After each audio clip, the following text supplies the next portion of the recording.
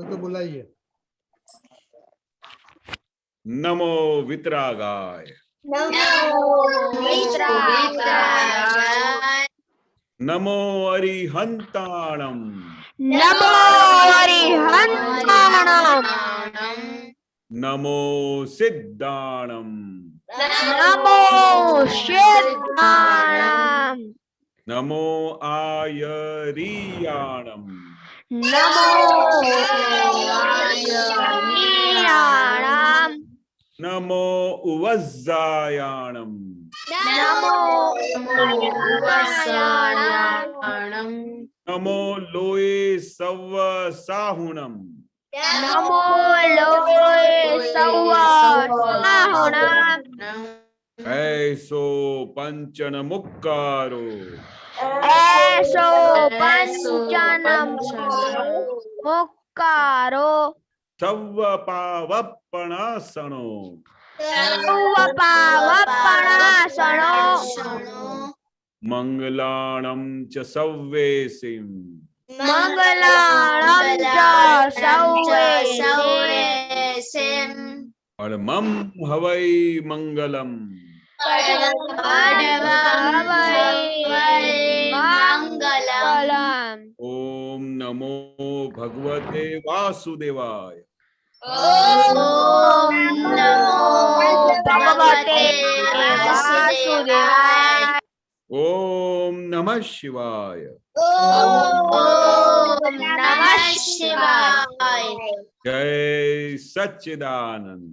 जय सच्चिदानंद। जय सच्चिदानंद केशव दादा। जय सच्चिदानंद। जय ओके सम्यक डेली प्रेयर बोलिए। क्या बोला? Daily prayer. Daily player. Okay आपको मालूम नहीं कितना दिन से तो खुशी अहमदाबाद। जय सच्चिदानंद। हे दादा भगवान, आप मुझे ऐसी शक्ति प्रदान करें कि मैं अपनी हेल्थ को कभी भी कॉम्प्रोमाइज ना करूं, ताकि मेरा शरीर रूपी साधन मुझे मेरे ध्येय को यानी कि पढ़ाई में और सत्संग में हमेशा सहायक बने। मैं पढ़ाई में बिल्कुल सिंसियर रहूंगी। मैं कुसंग से हमेशा दूर रहूंगी और कुछ भी हो मेरा सत्संग कभी भी ना छूटे, ऐसी परम कृपा करना। प्राप्त मन वचन काया का योग और खुद की आत्मा का उपयोग केवल परोपकार यानी कि जीव मात्र की सेवा के लिए ही करो, जो सबसे बड़ा मानव धर्म है। मैं हमेशा खुद के साथ और अन्य सभी लोगों के साथ के जीवन व्यवहार में सिंसियर, मोरल और प्योर रहूंगी, ताकि मैं बराबर दादा भगवान के जैसे ही उत्कृष्ट व्यक्तित्व की मानवी बन पाऊं। जय सच्चिदानंद। जय सच्चिदानंद। Very good. नवनिधि दीदी स्टडी प्रेयर बोलिए। खुशी दीदी आपको हेल्प करेगा और विधि दीदी। ओके। हे दादा भगवान, आप मुझे पढ़ाई में समझने में मुझे पढ़ाई में समझने में जो बाधाएं अंतराय आते हैं, जो ऑब्स्ट्रक्शंस आते हैं, उन सभी को तोड़ने का मैं दृढ़ निश्चय करती हूँ। आप ऐसी कृपा करें जिससे मेरे दर्शन रूपी आवरण टूट जाए और मेरी पढ़ाई सही ढंग से हो। ऐसी परम शक्ति आप हमें दें। जय Sachchidanand. Very good Navnidhi, very good. Okay Jagruti, Dada का प्रेयर आता है आपको? यस। जोर से बोलिए। देखो केशव दादा कितना एक मिनट देखते हैं केशव दादा कितना लाउड बोलते हैं, सब सुनना। ओके बोलिए बोलिए जागृति। हे दादा भगवान, हे दादा भगवान, हम हैं आपके बच्चे। हम हैं आपके बच्चे। अब भी है कच्चे, फिर भी है कच्चे। काम करेंगे अच्छे अच्छे। काम करेंगे अच्छे अच्छे। ओके वेरी गुड केशव दादा। हम थोड़ा इनको एक्सपीरियंस सुनेगा।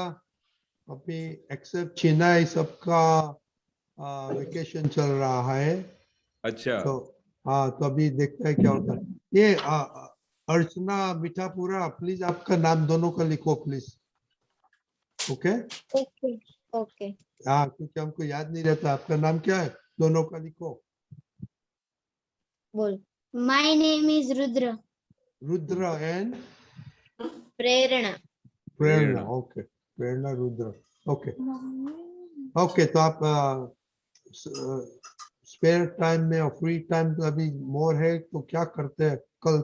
आज तो संडे था ना तो क्या किया हो जरा हाँ। बताना। ओके खुशी अहमदाबाद खुशी दीदी। हाँ जय सच्चिदानंद। मैंने आज एक्टिविटी में जो दिए थे उनको डेकोरेट किया था। वो तो दिखाओ ना सबको। हाँ हाँ ऐसे दिखाने का शो एंड टेल करते हैं ना स्कूल में। वेरी गुड विधि दीदी। हाँ जय ओ, सच्चिदानंद। एक मिनट आज एक मैंने मिनट मेरे एक मिनट एक मिनट एक मिनट खुशी दीदी आप कुछ पढ़ते हैं पर दादा का कुछ लिख के भेजने का पोस्ट करने का। ओके खुशी दीदी। हाँ विधि दीदी। हाँ जय सच्चिदानंद। आज मैंने मेरे फ्री टाइम में पूरे संसाधन किए थे और थोड़ी दादा भगवान की बुक भी पढ़ी थी। नहीं वो फ्री टाइम में संसाधन नहीं होता है वो तो आपका रेगुलर होता है। एक्स्ट्रा किया हो तो ठीक है प्लीज ये मिक्स मत करो अपना रेगुलर रूटीन फ्री टाइम में। ओके अरे दादा का कुछ भी पढ़े तो फिर उसका ब्रीफ भेज दो ऑनलाइन अपना 9 PM व्हाट्सएप ग्रुप में। हाँ तो विधि दीदी मालूम पड़ा वो संसाधन हाँ। एक्स्ट्रा में नहीं आता है वो तो आपका रेगुलर है। unless you are doing Sorry. unless you are doing 2 3 times 5 times 10 times then is extra activity। आपका तो 2 टाइम है ना 7 दिन में तो अभी हाँ। 5 करेगा तो एक्स्ट्रा एक्टिविटी में हो जाता है। ओके मोनिका दीदी। हाँ आज मैंने फ्री टाइम में अपना होमवर्क पूरा किया था। ओ आप तो ये होगा अच्छा तो आप कलम आप चेन्नई वाला कलम 1 बोलो कलम 1 में कैसा रहा। कॉलम 1 में आज करिश्मा का ब्रेक हुआ था। क्या हो गया था। आज मैंने इसमें कहा था एक कंसेप्ट लेकर लिखना था उसके लिए तो मैंने नहीं लिखा तो नाराज हो गए। ओके करिश्मा दीदी। हाँ आज मैंने किसी की मदद नहीं की थी नौकर इतनी मदद तो आपका भी वो 1-4 में से बढ़ाने का है एवरीडे 1-4 नहीं होना होता है तो प्रेयर भी आपको 20-20 होता है। और परेश दादा ने क्या बोला था 100 टाइम्स बोला था। हाँ तो उधर जाने का है। ओके दरअसल सच्चिदानंद मैंने आज अपने फ्री टाइम में दादा भगवान के असीम जयकार बोला था और थोड़ी देर खेलने गया था। देखो असीम जय जयकार हो अनलेस के 10 मिनट की बात होता है तो ही एक्स्ट्रा टाइम बोलता है। हाँ और ये पोलम पोल नहीं करो वो तो रेगुलर था ना आपका एक्स्ट्रा हाँ। क्या करने का बात करने का। हाँ हाँ दिस इज जो ऐसे बोलने का तो you are not sincere to yourself. Welcome हितैषी बा अभी आप सुनो। ओके अब सम्यक। हाँ जय सच्चिदानंद। मैंने आज तो वैकेशन दरमियान आज मैंने जो जो सत्संग मेरे को चुक गए थे वो सत्संग देखे। ओह वेरी गुड तो अभी ऐसे करो वो एक सत्संग में से 5 पॉइंट क्या आपको अच्छा लगा वो लिख के पोस्ट करो। हाँ हाँ ओके डेट के साथ और डेट हाँ। और आपका पुत्र का नाम। हाँ 5 point no more but more is okay if you can write more बहुत अच्छा है। जागृति दीदी। जय सच्चिदानंद आज हमने 10 मिनट्स करे थे सीन जय जयकार। क्या बोला। हमने 10 मिनट्स सीन जय जयकार बोले था। दीपक दादा मालूम पड़ा क्या बोला। 10 मिनट्स असीम जय जयकार बोला था। ओके ओके और आपको 9 कलम अभी ये अब आपको छुट्टी है कि स्कूल में जाते हैं आप? जगृति? छुट्टी है। हाँ, छुट्टी तो है। 9 कलम वो सीखने का है अभी। ओके गीता दीदी, गीताश्री दीदी।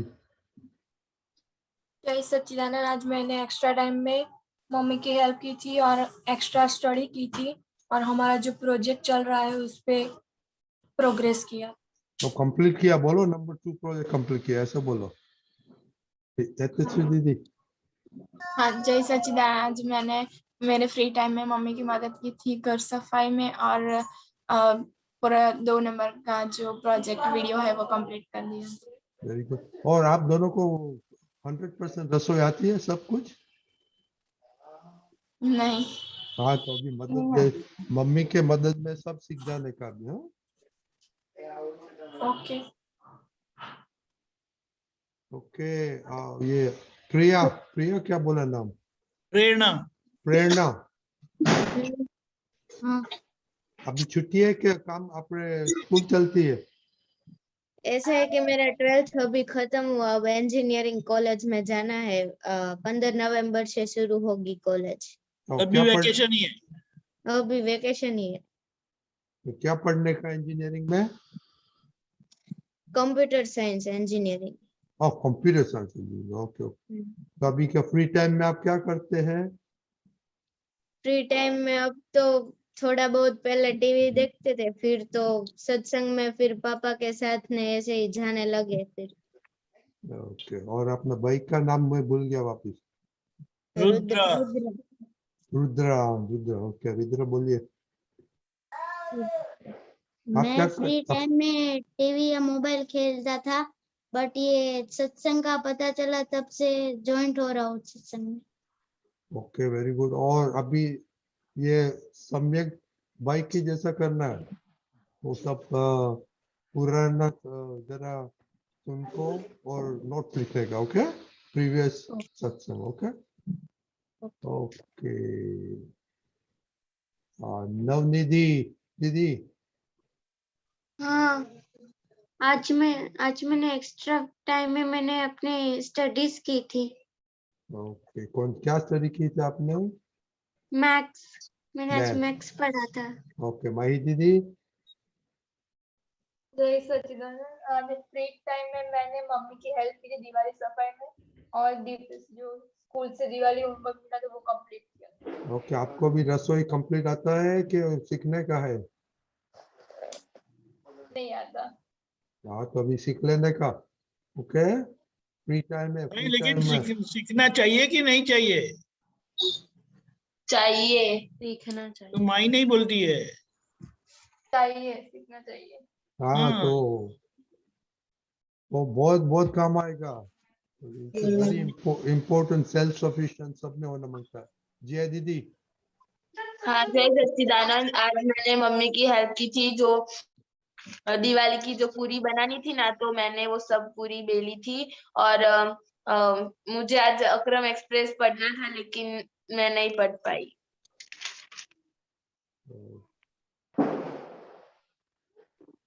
प्रहार और 30 बाकी रह गया। 30 हाँ मैं जय सच्चिदानंद। मैं आज दिवाली वैकेशन के फ्री टाइम में रीडिंग किया था।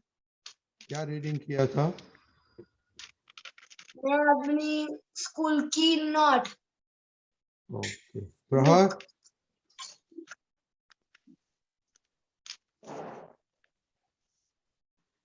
प्रहार। ओके दीपक दादा आपको कुछ बोलने का है? बाद में केशव दादा को बोलने का है।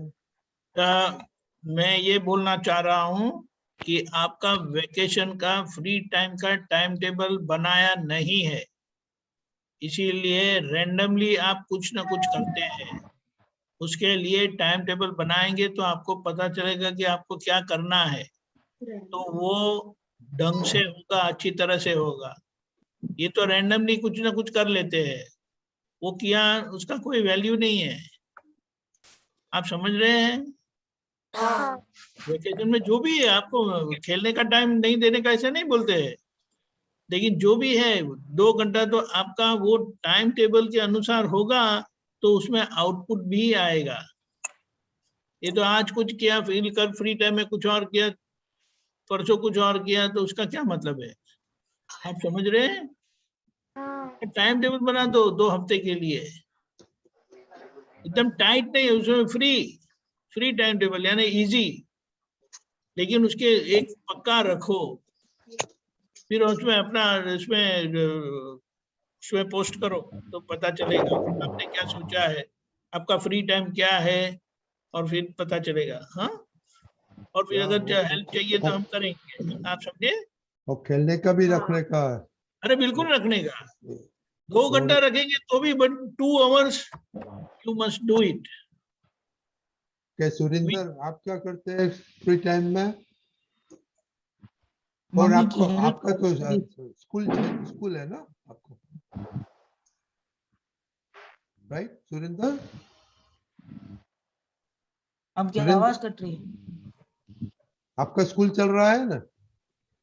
स्कूल चल रहा है लेकिन मैं नहीं जा रहा हूँ। ऑनलाइन चलता है? ऑनलाइन नहीं है, सेल्फ स्टडी है। क्या बोला? ऐसा क्यों? सेल्फ स्टडी क्यों है? स्कूल नहीं जा पा रहा हूँ। क्यों? स्कूल में जाने की मना है। हाँ, स्कूल नहीं जा सकता। क्यों नहीं जा सकते? मुझे अभी एक बीमारी है, उसमें धूप में नहीं जाना है। अच्छा अच्छा, इसलिए स्कूल भी बंद हो गया हमारा, लेकिन लेकिन घर पर पढ़ाने नहीं आते हैं ऐसा? अकेले के लिए ऑनलाइन नहीं भेजते हैं, ऑनलाइन में नहीं पढ़ता, अकेले के लिए। हाँ, ओ, लेकिन स्पेशल केस करके वो कुछ नहीं कर सकते आप? ऐसे नहीं है, सिर्फ खुद से पढ़ाई कर सकते हैं। कौन से क्लास में हो अभी आप? 10th में। अच्छा, तो ये आउटसाइड एग्जाम देंगे अभी? Direct board exam? Direct board exam देंगे? हाँ। आपको ही पढ़ाई करनी है करके। लेकिन धूप में जाने का क्या प्रॉब्लम हुआ? स्किन डिसीज अभी। अच्छा, स्किन के कारण। अच्छा, ठीक है, ओके। तो बराबर पढ़ो, हाँ बराबर, अच्छा घर पर टाइम टेबल बनाओ। हाँ, ये कब से हुआ? 1.5 साल से। अच्छा, यानी कोरोना टाइम में ही हुआ? हाँ। अच्छा, ध्यान रखो, हाँ अच्छे से पढ़ो। Okay, thank you. जय सच्चिदानंद। जय सच्चिदानंद। ओके केशव जी, आपने सुना ये, પછી बाद में दिवाली के मेरे क्वेश्चन है, पर ये थोड़ा बातें करो, बाद में 5 मिनट, और बाद में दिवाली की बात करेंगे। बरोबर। जय सच्चिदानंद। जय सच्चिदानंद दादा।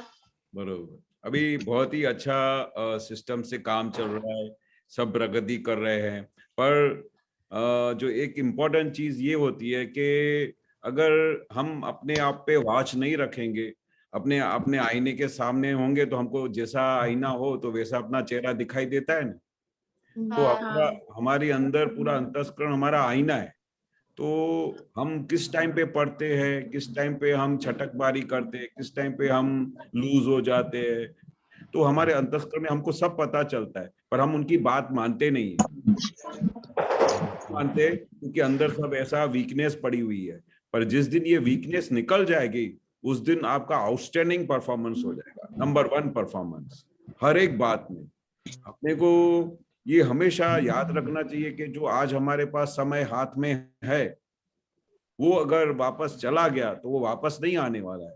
आज जो संडे है, वो संडे अगर चला गया तो ये वाला तारीख का संडे फिर नहीं आने वाला है। वो पल फिर वो हमारा एक दिन की उम्र आगे बढ़ गई, फिर वो कभी वापस नहीं आता। तो हमको हमेशा क्या जागृति रखनी चाहिए, हमको क्या रखना चाहिए कि जो पल हमको आज मिला है उसका पूरा फायदा उठाओ, पूरा उसका संपूर्ण रीते उसका उपयोग करो, क्योंकि एक बार वो उपयोग में आ गया तो आपकी उस दिन के लिए इतनी प्रगति हो जाएगी, एक कदम आप और आगे बढ़ जाएंगे। पर उस दिन अगर आप पूरा लूज ही दिन बिता दोगे, पूरा दिन ऐसे ही चला जाएगा, थोड़ा देर किया फिर थोड़ा देर नहीं किया, और उसमें बहुत अच्छी सिंसियरिटी नहीं होगी तो आपको रिजल्ट नहीं मिलेगी। आपको जितनी भक्ति करनी है उसका 100-200% आपको परफॉर्मेंस आप करोगे तो दादा की उतनी कृपा होगी। जितनी आप दादा के ऊपर सिंसियरिटी रखोगे, अपने आप से सिंसियरिटी रखोगे, अपने घर में सिंसियरिटी रखोगे तो उसका रिजल्ट आने वाला है। पर हमको क्या लगता है कि चलो आज इतना ही हुआ तो चलेगा, वो चलेगा वाला सिस्टम नहीं होना चाहिए। जब तक वो चलेगा वाला सिस्टम निकल जाएगा उसके बाद परफेक्शनिस्ट बन जाओगे, परफेक्शन में आ जाओगे। चलेगी वाली बात चलानी नहीं चाहिए। जैसे दादाजी थे ना, कोई भी बात चलाते नहीं थे, हर एक बात में बहुत अलर्ट रहते थे। हर एक बच्चे को जो भी था उनको हर एक बात में सिंसियरिटी से हर एक बात समझाते थे और पूरी प्रेरणा देते थे, पूरी शक्ति देते थे। उसके बाद हम प्रगति करते थे। पर हमारे अंदर एक सिंसियरिटी बहुत जबरदस्त चीज थी। ऐसी सिंसियरिटी थी कि एक बार दादा ने समझा दिया कि इस तरह से अपना जीवन होना चाहिए, इस तरह से हमको अपने टाइम का पूरा सदुपयोग करना चाहिए, इस तरह से हमारा घर में व्यवहार होना चाहिए, इस तरह से हमको मम्मी पापा को हेल्प करनी चाहिए। वो एक बार समझ में आ गया तो उस सिंसियरिटी से आगे बढ़ने का तभी रिजल्ट आएगी। आपको ख्याल आ गया? ठीक है सबको? हाँ, ये मैसेज अच्छा है। और अभी एक केशव आनंद जी, हमारा थोड़ा दूसरा साइड प्रोजेक्ट है कि इंडियन साइंटिस्ट फिलोसोफर्स और पुराने का we are talking about little bit. Okay, कल एक किया था, आज दूसरा है। खुशी दीदी, खुशी दीदी अहमदाबाद।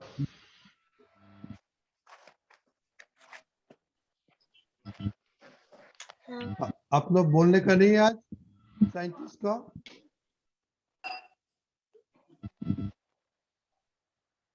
खुशी ने प्रिपेयर नहीं किया, मैंने प्रिपेयर किया है। किसने प्रिपेयर किया? ओके, आप बोलिए, आप बोलिए। हाँ, आर्यभट्ट वो प्राचीन युग के भारतीय गणित शास्त्री थे और उन्होंने खगोल शास्त्र भी किया था। वो फर्स्ट ऐसे प्रथम हरुड़ के गणित शास्त्री और खगोल शास्त्री रहे थे। उन्होंने 23rd ईयर की एज में ही वो आर्यभट्टीय नाम का वो पुस्तक उन्होंने रेडी किया था।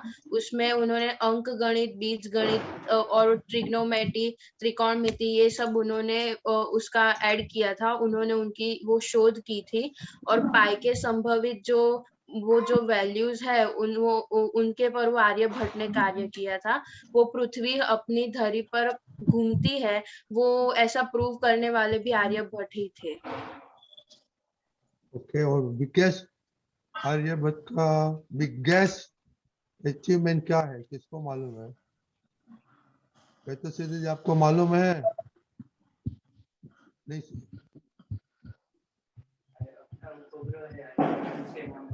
बोलो। जीरो की फाउंडर वही थे। क्या बोला?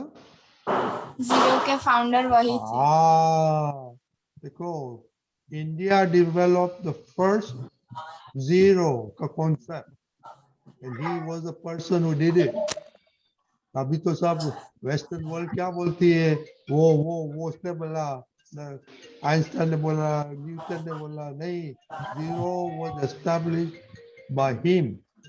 Okay, and that is the basis of all mathematics, or that is also the basis of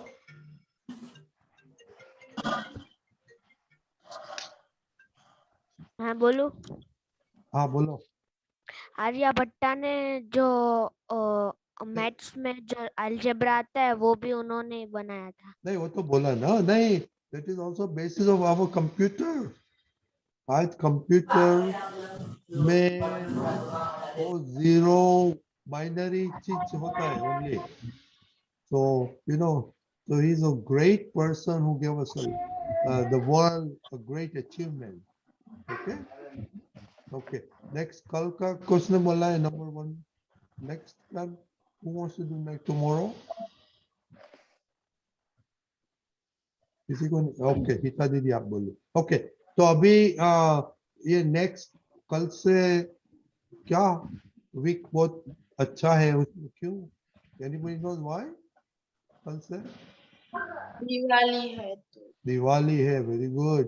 तो अभी केशव दादा कुछ दिवाली में बोलो, 4-5 दिन दिवाली का है, उसमें बच्चे लोग को क्या कर सकता है, क्या वो बताइए। बहुत अच्छा। अभी दिवाली के टाइम पे तो सबसे बड़ी खुशी क्या होती है कि हम पूरा साल इंतजार करते हैं कि हम भी छोटे बच्चे थे तो अब राह देखते थे कि दिवाली कब आने वाली है। तो वो 6 दिन 7 दिन हमारे को छुट्टी मिल जाती है। तो छुट्टी होने के बाद हम पहले से ही प्रोग्राम बनाते थे कि हम यहाँ पर जाएंगे, उधर घूमने जाएंगे, फिर ये हमारे दादा दादी के पास जाएंगे।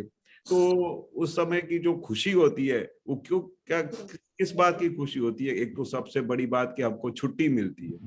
छुट्टी मिलती है तो उस समय क्या होता है कि चलो आज तो हम अपने हिसाब से घूमेंगे, अपने हिसाब से सो जाएंगे, अपने हिसाब से उठेंगे। वो तो रोज सुबह को 6 बजे उठ के तो दौड़ना पड़ता है, पर अभी तो दिवाली है तो थोड़ा आराम। ये मन का स्वभाव है। हम पहले जब तक दादाजी नहीं मिले थे तो हम अपने मन के स्वभाव से दिवाली मनाते थे, और उस दिवाली में हमारे 6 दिन 7 दिन ऐसे गुजर जाते थे, पता ही नहीं चलता था। और फिर बाद में इतना थक भी जाते थे, और एंड ऑफ द डे हमको जब पता चलता कि 7 दिन गुजर गए तो उसका कुछ फल ही नहीं था। बस घूम के आए, चलो हो गया, अथवा तो आराम किया तो हो गया, गेम खेलने गए तो हो गया, और उसमें से क्या फायदा हुआ वो हमको कभी समझ में नहीं आता था, क्योंकि हमारी सूझी नहीं थी, हमारी इतनी अक्ल ही नहीं खुलती थी कि हमको कितना प्रेशियस टाइम मिला है। फिर जब हमको दादाजी मिले और दादाजी ने जब हमको टाइम की वैल्यू समझाई और दादा ने बताया कि ये टाइम कितना कीमती है, हमको अगर ऐसा टाइम मिल जाए तो हम एक पल भी जाने नहीं दे, ऐसा दादा बोलते थे।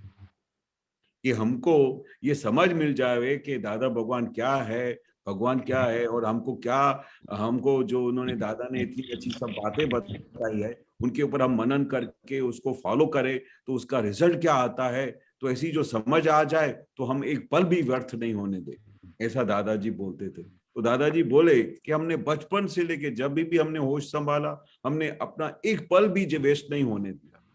हर पल कुछ ना कुछ हम पॉजिटिव करते थे, हर पल सब किसी को हेल्प करने की कोशिश करते थे। हम पड़ोस में रहते थे, हमारे कोई सगे संबंधी होते थे, किनको कोई तकलीफ होती थी तो हम जाके उनको हेल्प करते थे, मदर फादर को हेल्प करते थे, और आजू बाजू के पड़ोस के लोग हैं वो कोई तकलीफ में है तो उनको हेल्प करते थे।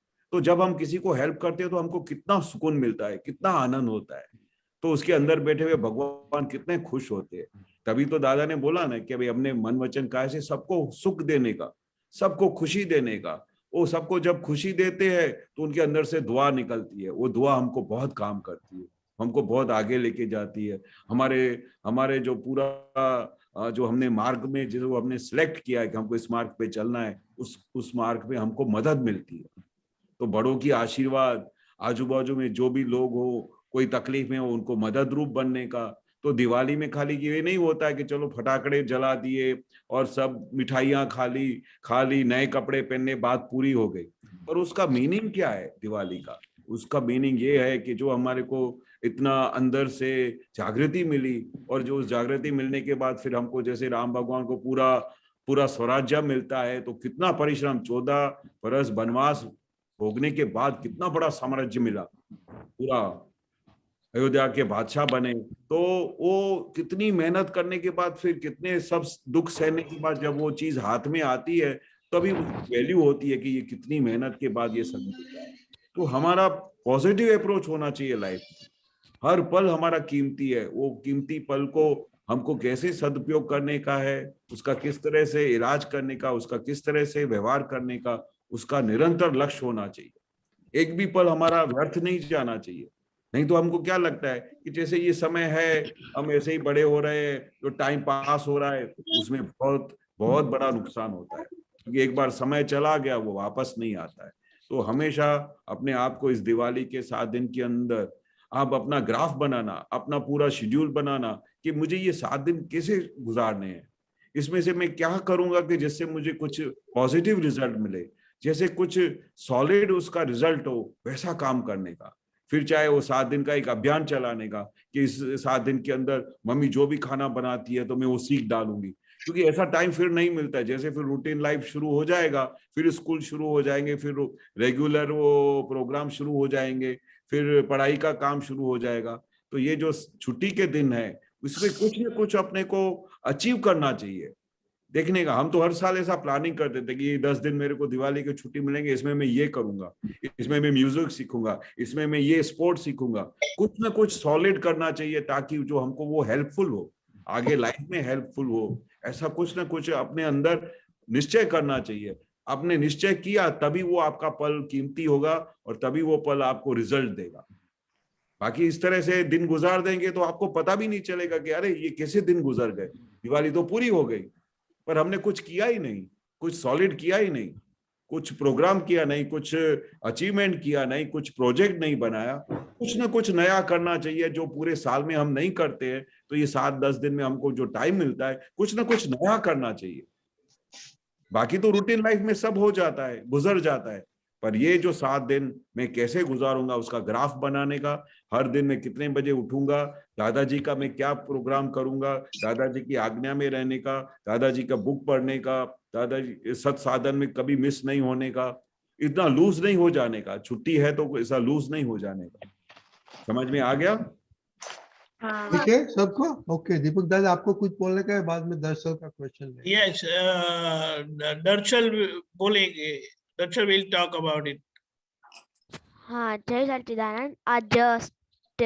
आज नेशनल यूनिटी डे है, जो सरदार वल्लभ भाई पटेल थे उनका बर्थडे है आज। तो वो स्टेच्यू ऑफ यूनिटी क्या बताते हैं, वो क्या है? वो statue of unity Sardar Vallabh भाई पटेल की स्टेच्यू है और वो पूरे वर्ल्ड में सबसे लंबी, सबसे बड़ी स्टेच्यू। 5 मीटर है? नहीं, कुछ बहुत ज्यादा है। ठीक है, बहुत बड़ा है। फाइंड आउट करके बताना कितना है। हाँ हाउ टॉल इट इज। हाँ। कोई इसमें से कोई उधर गया है? मैं बोलूं? हाँ ओके विजी दीदी कुछ चीज दो। हाँ नेमिल बोलो। वो 182 मीटर्स टॉल है। Very good. Okay very good. और नेमिल आपने कुछ बोला नहीं, आप स्पेयर टाइम में क्या किया आज? आज मैंने फ्री टाइम में मोबाइल देखा। तो फायदा किया? मोबाइल में क्या देखा? लेकिन मोबाइल में गेम खेली। अच्छा, तो उसमें और फायदा? ये टाइम पास ही नहीं हो रहा था इसलिए। दीपक दादा यस, एक मिनट आज सर भाई नेमिल, तो उसमें क्या फायदा हुआ आपको? कोई फायदा नहीं। तो कल क्या करेगा वो 3 घंटा का? कल मैं पॉजिटिव दृष्टि बुक पढ़ने वाला हूँ। ओके, और आई थिंक मैंने भेजा है आपको ये डायलॉग विद दादा, वो पढ़ना। क्या? डायलॉग विद दादा की किताब मैंने भेजी है आपको। पॉजिटिव दृष्टि? नहीं वो पॉजिटिव दृष्टि। हाँ तो ये दादा के कुछ किताब पढ़ो ना। हाँ। ओके हाँ, ये अपना वेबसाइट पे बहुत किताबें हैं, जैसे JSS वितराग विज्ञान.org का मिल जाएगा, तो बहुत किताबें मिलेगी। हाँ। ओके तो प्लीज वो जाके, प्लीज आप तो बहुत स्मार्ट है तो ये पढ़ के हमको बताना क्या किया। ओके ओके हाँ बोलो दर्शन।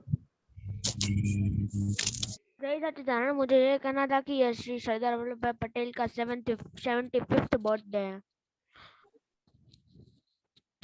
और ये लीगली मींस गवर्नमेंट ने ये 2014 में ये स्टैच्यू ऑफ यूनिटी का मतलब ऐसे रखा था कि national unity day, national holiday रखी थी। नहीं, नेशनल यूनिटी डे रखा है, नो हॉलीडे। हाँ मैं नेशनल यूनिटी तो बोला आज नहीं बराबर है, तो मैं बता रहा हूँ।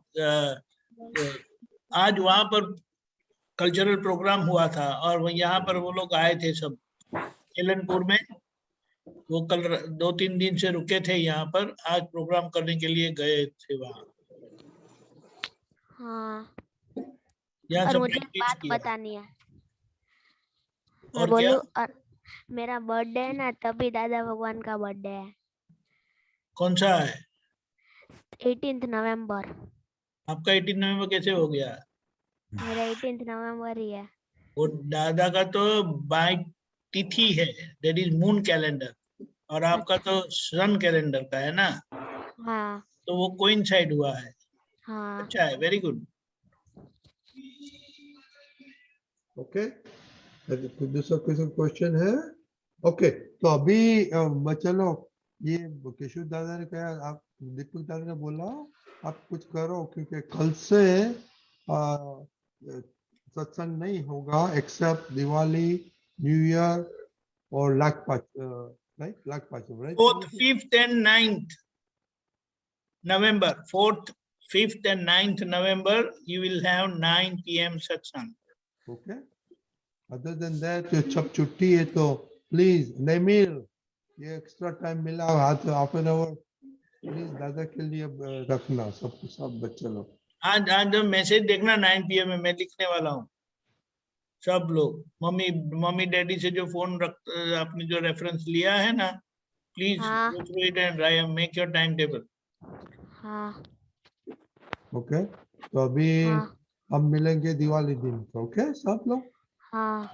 हैप्पी दिवाली रजनी दादा। हाँ everybody happy Diwali, new year. Okay, happy Diwali Deepak Dada. Happy Diwali दीपक जय सच्चिदानंद। केशव दादा हैप्पी दिवाली। हाँ बच्चे लोग, आप दादा का प्रेयर बोलते हैं ना, हम कुछ अच्छा करेंगे तो अच्छा बोलिए करेंगे तो आपका होमवर्क है दिवाली दिन के बोलने का, अच्छा क्या किया। हाँ, ओके, गिव मी 1 minute। अब बोलो दीपक दादा। हाँ, वन मोर थिंग, आपको पता है केशव दादा है ना, केशव दादा को दादा भगवान ने ऐसा बताया था, 701 जो फर्स्ट 701 थे ना, जिन्होंने दादा भगवान से ज्ञान लिया, he is from that batch 701। आप समझे, कविराज एंड ऑल ऑफ देम, वो सब फर्स्ट बैच वाले थे। हम तो बहुत पीछे भी रहे 83 में। केशव दादा आपका तब क्या, विच वाज द ईयर? 1972-73 में था। बोलो 1972-73। ओके, नहीं अभी बच्चे लोग का अभी तो वेकेशन है ना, तो अभी एडल्ट्स प्लीज क्वेश्चन, आज गीता बहन नहीं है तो किसके स्टार्ट करेगा, तब तक केशव दादा आप बच्चे लोग के साथ दादा की और कविराज की बातें करो। हाँ,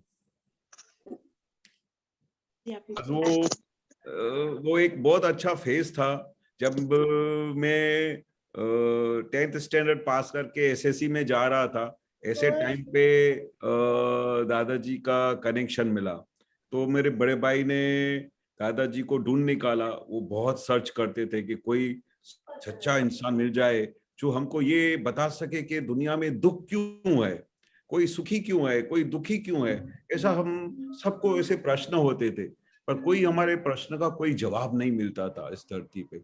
बहुत घूमे, बहुत बड़े बड़े साधु संतों के पास गए, किसी के पास भी कोई जवाब नहीं देता था कि एक आदमी सुखी क्यों है, एक आदमी दुखी क्यों है, एक आदमी गरीब क्यों है, एक आदमी शाहूकार क्यों है। ऐसा सब प्रश्न पूछते रहते थे पर कोई समाधान नहीं मिलता था।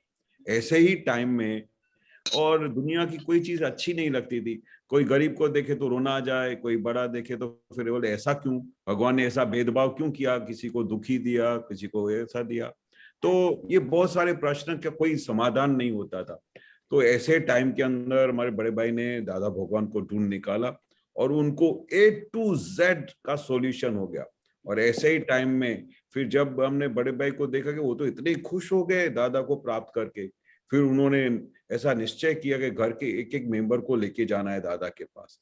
और फिर उसमें से सब फर्स्ट स्टैंडर्ड में हमका चांस मिला और हम हमारे बड़े भाई 2-3 भाई थे, उनको दादा भगवान का कनेक्शन मिल गया। पर जैसे ही दादा भगवान का कनेक्शन मिला और हमने दादाजी को देखा तो अंदर इतनी ठंडक हो गई, इतना आनंद हो गया कि जैसे साक्षात परमात्मा का दर्शन होता हो और हमारी आंखों के सामने आके बैठे। तो ये साक्षात परमात्मा का जो अनुभव हो गया, उससे तो पूरा अंदर रोम रोम जाग उठा और खुश हो गया कि बस हमको भगवान मिल गया। अभी इस धरती पे किसी भी चीज की कमी नहीं है, इस धरती पे किसी भी चीज का गिला शुकवा नहीं है। बस हमको सिर्फ ऐसा अनुभव होने लगा कि हम सेफ साइड हो गए। भगवान को मिलने के बाद फिर कभी कोई चिंता नहीं हुई, कभी कभी वरीज नहीं हुई, कभी दुख जैसी कोई चीज अनुभव में नहीं आई, और हर पल आनंद ही आनंद रहा, आनंद ही आनंद रहा। तो जैसे ही, पर एक चीज थी कि हमारे को जैसे आप सबको पढ़ाई का सब करने का टेंशन होता था, वैसे हमारे पिताजी माँ बाप सब बोलते थे कि तुमको पढ़ाई तो करनी पड़ेगी। पर पढ़ाई में कभी जैसे ही दादाजी का होता था, तो दादाजी का शाम को सत्संग होता था तो हम स्कूल से आते थे, सब स्कूल के जो बुक्स थे ऐसा फेंकते थे बाजू में, एकदम व्हाइट ड्रेस पहन के सीधा दादा के पास दौड़ते थे। इतना अट्रैक्शन रहता था कि मैं बता नहीं सकता हूँ, क्योंकि एक बार जब पता चल जाए कि ये साक्षात परमात्मा है तो फिर ये दुनिया की कोई चीज अच्छी नहीं लगती। फिर तो वही लगता है कि बस भगवान के पास बैठे। और उनके पास जब बैठते थे न, तो इतना आनंद रहता था कि उसका पूरा संसार हम भूल जाते थे। न कुछ खेलने को याद आता था, न कुछ घूमने को याद आता था। बस ऐसा ही होता था कि दादाजी को हम देखते रहे, और दादाजी का जब मुक्त हास्य को देखते थे, हंसते हुए देखते थे, तो हमारा चेहरा और कहीं जाता ही नहीं था। इस धरती पे कुछ अच्छा ही नहीं लगता था। बस ऐसा होता था कि दिन रात हम दादाजी के सामने बैठे और बैठे ही रहे, कहीं बाहर ही नहीं जाए। इतना दादा में आकर्षण था, आपको मैं वर्ड्स में बयान नहीं कर सकता हूँ कि वो आकर्षण कैसा था। अभी भी दादाजी का कोई भी फोटो देखेंगे ना, तो दादाजी को जिस तरह से मुक्त हास्य में हंसते हैं ना, वैसे दादा जब दिखते थे, हंसते थे, तो बस फिर तो ऐसा लगता था कि पूरा जान का सब खुशियां हमको मिल गई। तो ऐसा आज भी हमको अनुभव होता है। और दादाजी कैसे थे कि ऐसा नहीं कि वो उस टाइम पे दादाजी हमको दिखाई देते थे, बात करते दिखाई देते थे। आज भी दादा भगवान हमको ऐसे ही दिखाई देते, ऐसे ही बात करते दिखाई देते, ऐसे ही हंसते हुए दिखाई देते। ये कैसा आश्चर्य है, वो आज तक मैं नहीं समझ पाया। तो पर केशव एक चीज दादा, है, केशव हाँ दादा, जी, बच्चों लोग को ऐसे मासूम पड़े तो क्या करना मांगता है कि दादा तुम लोग के साथ है, उनके साथ ऐसे हंसते रहता है, क्या करना मांगता है बच्चों लोग को? बस वो दादाजी का एक चीज था कि आपको जैसे निधि ध्यासन करे, जैसे दादाजी को, दादा कैसे हंसते थे, दादाजी कैसे बात करते थे, वैसा अंदर से ऐसा भाव होना चाहिए, ऐसा अंदर से आकर्षण होना चाहिए, अंदर से ऐसी भक्ति होनी चाहिए। दादाजी की जैसी भक्ति करोगे तो ऐसे आप दादाजी की जैसे ही बन जाओगे। ये दादाजी बार बार बोलते थे कि आप जिसकी भक्ति करोगे, जिसका आराधन करोगे, जिसका निधि ध्यासन होगे, आप वैसे बन जाओगे। ये दादाजी का बहुत बड़ा एक वाक्य था कि जब भी दादा बोलते थे कि दादा मुझे आपकी तरह बनने का है तो मैं क्या करूं, तो दादा बोलते बस दादाजी का निधि ध्यासन करो, कि दादा कैसे हंसते थे, दादाजी कैसे बात करते थे, और दादाजी की बातें क्या थी, दादाजी की आज्ञा क्या थी, दादाजी को क्या अच्छा लगता था वैसा करने का। दादाजी बोलते थे कि हमारे मन वचन काया से सबको खुशी देने का, तो घर में माँ बाप को, बच्चों को, भाइयों को, सबको खुशी देने का। तो जब आप ऐसा करोगे तो आपने क्या किया, आपने दादा की आज्ञा का पालन किया, और जैसे ही दादा के आज्ञा का पालन किया तो दादाजी का राजीव आपके सर के ऊपर आ गया, दादाजी आपके ऊपर खुश हो जाएंगे, और आपको वो अनुभव होगा। आपके अंतस्करण में ऐसा पक्का निश्चय जिस दिन हो जाएगा कि मुझे सबको खुशी देनी है, मम्मी पापा की सेवा करनी है, उनको खुश रखने का है, तो उनकी जिस तरह से आप ऐसा भाव करोगे, उसी समय दादा भगवान आपके सामने हाजिर हो जाएंगे, दादा भगवान हंसते हुए आपको दिखाई देंगे। ये मेरा अनुभव है, क्योंकि आप जैसा जैसा आप भाव करोगे, जैसा जैसा निश्चय करोगे, जैसी जैसी आप दादा की आराधना करोगे, दादा भगवान की भक्ति करोगे, असीम जय जयकार बोलते रहोगे, तो दादाजी ऑन द स्पॉट हाजिर होंगे, ऑन द स्पॉट हाजिर होंगे। बस आपका ये निश्चय नहीं टूटना चाहिए। दादाजी का जो भाव रखा है, दादाजी के ऊपर जो आपका भाव प्रकट हुआ है, वो कभी भी आगे पीछे नहीं होना चाहिए। और जो दादाजी को जिस नजर से, जिस भाव से आप जितना देखोगे, उतना ही आपको ही लाभ होने वाला है। ठीक है सबको? केशवानंद जी, एक मिनट, एक प्रश्न है। आप पापा मम्मी की सेवा कैसे करते थे? हो हम ऐसी सेवा करते थे कि उनके अंदर से दुआएं निकलती थी। कैसी दुआएं निकलती थी? बेटा आज तूने जो काम किया है बस मेरा दिल खुश कर दिया है, आपको बहुत भगवान खुश रखेगा, आपको भगवान बहुत सुखी रखेगा, आपको आपके अंदर जो भाव है, आपकी जो भावना है सब पूरी होगी। ऐसा हमको बार बार आशीर्वाद देते थे। पर एक लेकिन सेवा में करते थे क्या, करना है क्या करना, अभी जैसे हमारी मम्मी आती थी तो हम इतने घर में 8 लड़के थे और 8 भाई थे, एक बहन थी। तो घर में जब इतने सारे लोग हो तो मम्मी क्या करे, सब कपड़े धोए और कपड़े धोने के बाद फिर खुद इस्त्री करे। और उस जमाने में तो इतना पैसा होता नहीं था कि जाके वो धोबी को दे के आवे और उधर से वो करे। तो इतने बड़े परिवार को पालने के लिए माँ क्या करती है कि मेरे सब बच्चे खुश रहे, और जब स्कूल में जाए तो सब उसके कपड़े प्रेस होने चाहिए। तो जब मैं देखता था कि भाई मम्मी इतने आखिर दिन में इतने सारे सब बच्चों के, सब घर के परिवार के कपड़े इस्त्री करते हैं, तो मम्मी को मैं जाके बोलता था, मम्मी आज से ये इस्त्री का काम मैं करूंगा और ये आज से तुम ये काम छोड़ दो। और फिर मैं पूरे सब घर के जितने भी कपड़े थे मैं खुद प्रेस करता था, और प्रेस करके इतने बड़े डिगले बन जाते थे। और फिर सबके जाके रूम में, हर एक के रूम में, भाई के रूम में पता तो होता था ये किसके कपड़े, सबके रूम में जाके रख के आता था। तो हम वो ऑब्जर्व करते थे कि मेरी मम्मी क्या करती है पूरा दिन। तो वो ऑब्जर्व करते करते वो सेम चीज मैं करने लगा। तो मम्मी को कितना निरांत हो गया, क्योंकि मम्मी को क्या करना पड़ता था, सुबह को उठ के फिर सबके लिए टिफिन बनावे, फिर सब लोग के लिए खाना बनाए, खाना बनाने के बाद सब बच्चों को तैयार करे। तो उस ऐसे बिजी शेड्यूल में अगर मैंने मम्मी का एक काम हाथ में उठा लिया तो उनको कितना खुशी मिलेगा कि मेरे बच्चे ने कितना अच्छा काम किया, मेरा इतना बड़ा बोझा उतार दिया। और कपड़े इस्त्री करना कोई मजाक नहीं है, और घर में 10-12 मेंबर्स हो, उनके कपड़े रोज धोने का, फिर इस्त्री करके रखने का, तो कितनी मेहनत होती है। तो जब ऐसा मैं काम करता था तो मम्मी बहुत खुश होती, तो बहुत आशीर्वाद। फिर इतना ही नहीं, फिर मम्मी आखा दिन काम करके थक जावे ना, तो मैं रात को जाके उनके पैर दबाता था, तो मम्मी इतना खुश होती और उनके मुंह से ऐसी आवाज निकलती, अरे तूने तो मेरा पूरा दर्द निकाल दिया पैरों में से। बस मम्मी ने ऐसा बोला तो मैं खुश हो जाता था कि चलो मम्मी को आज मैंने इतना खुशी दिया, उसके पैरों में से दर्द निकल गया, तो उसके अंदर से दुआ निकलती थी। फिर मम्मी, फिर पापा का पैर दबाता, वो भी आखा दिन मेहनत करके फैक्ट्री से आते थे, सुबह से लेके शाम तक थक जाते थे, तो उनके पैर दबाता था, वो भी दुआ देते थे। तो हर एक बात में किसी न किसी तरह से कैसे कुछ। फिर मम्मी बोले कि अभी हम क्या करते थे, हर हफ्ते की भाजी लेके आते थे, और उस जमाने में तो स्कूटर था होता नहीं था, तो मैं बड़ी मार्केट जाता था और मैं साइकिल चलाता था। तो साइकिल के दोनों साइड में से 5-5 थैलियां सब्जी लेके आता था, और फिर सब्जी लाके फिर सब उधर घर में रखता था। फिर सब्जी को मैं संवारता था ताकि ये भी काम मेरे मम्मी को हल्का हो, क्योंकि इतने बड़े परिवार में आखा दिन मम्मी को काम रहता था। तो इस तरह से मैं किस तरह से मम्मी को हेल्पफुल हूँ। जो मम्मी जाके तो अभी साइकिल पे जाके तो नहीं मार्केट से सब्जी लेके आएगी, पर मैं इतना जवान था, इतनी उम्र थी कि हम साइकिल चला के सब्जी मंडी से सब भाजियां लेके आते थे। तो इस तरह से घर में जो भी फ्री टाइम होता था हम पढ़ाई भी करते थे, at the same time mummy papa को बहुत हेल्प करते थे, बहुत सेवा करते थे, क्योंकि उन्होंने ही तो हमको पाल पोस के इतना बड़ा किया। तो हमारा भी तो फर्ज है ना कि उनकी सेवा करने का। वो हमारे लिए इतना कुछ करते हैं, हमारी हर एक चीज को हमारे आंखों के सामने ला के रख देते हैं। हमारे कपड़े देखो, हमारे को पढ़ाई के पुस्तक देखो, वो हमारे पापा दिन रात कितनी मेहनत करते कि इतने पैसे कमा के लाते थे ताकि हम सब बच्चे पढ़ सके, अच्छी एजुकेशन प्राप्त कर सके, अच्छे कपड़े पहन सके, अच्छी तरह से व्यवहार में उठ बैठ सके, हर एक प्रकार की गेम्स खेल सके।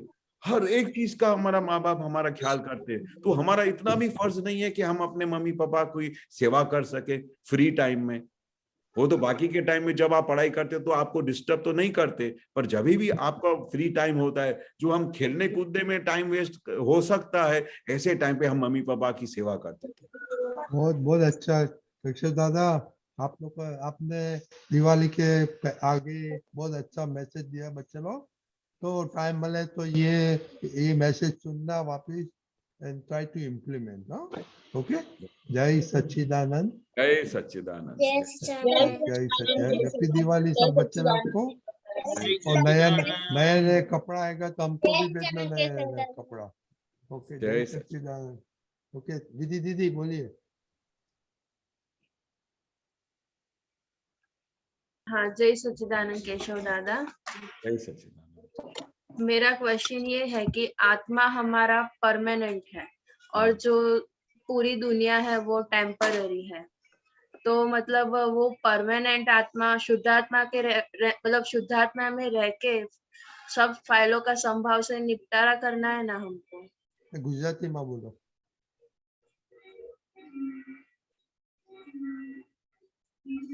आवाज નથી આવતી। केशव दादा आपका केशव जी अनम्यूट जी। करो। हाँ ओके। बरोबर છે। तो वो क्या है, जो शुद्धात्मा है, शुद्धात्मा गुजरात में। अच्छा, આપણે કેવું છે કે શુદ્ધાત્મા પરમાત્મા જે અમારા હાજરા હજુર ભગવાન છે એ અમારી અંદર પ્રગટ છે, એ હાજર બેઠા છે, એની હાજરીમાં જ આ બધી બહારની બધી ફાઇલોનો બધાનો સંભાવે નિકાલ કરવાનો છે।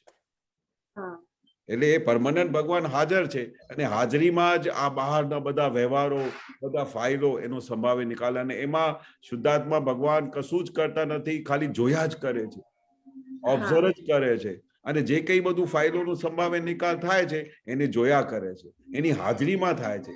પણ જ્યાં સુધી સમજણ નથી હોતી, જ્ઞાન નથી હોતું, તો ત્યારે એકાકાર હોય છે, એને ખબર જ નથી કે અમારી અંદર ભગવાન પ્રગટ થઈ ગયા છે, હાજરા હજુર છે, એની ઓળખાણ જ નથી પડતી। પણ જ્ઞાની પુરુષની આ ઓળખાણ મળ્યા પછી આપણે બધું છૂટાપણું વર્તાય અને અમે ભગવાનને અંદર નિહાળી શકીએ છીએ, એમને ઓળખી શકીએ છીએ, એની આરાધના કરી શકીએ છીએ। એવું દાદા નહોતા કહેતા કે ભાઈ એવા ભગવાન અંદર પ્રગટ થઈ ગયા છે કે અમે હું એમને નમસ્કાર કરીએ છીએ, અમે એમને વંદન કરીએ છીએ, એટલે અંદર કેવા ભગવાન પ્રગટ થઈ ગયા હશે। એવા જ ભગવાન તમારી અંદર પ્રગટ છે, બધાની અંદર પ્રગટ છે। બીજા બધામાં વ્યક્ત નથી થયેલા, પણ અમારામાં દાદાએ વ્યક્ત કરીને બતાડ્યા કે આ તમારી અંદર આવા ભગવાન હાજરા હજુર બેઠા છે। હવે તમારે કશું કરવાનું નથી, હવે આ ફાઇલ નંબર 1 ને જોયા કરવાનું અને એની જોડે સંભાવે નિકાલ કર્યા કરવાનું। એ બી તમારે કરવાનું નથી, એની મેળે થયા કરશે, એવી વ્યસ્ત શક્તિ એની મેળે કામ કર્યા કરશે।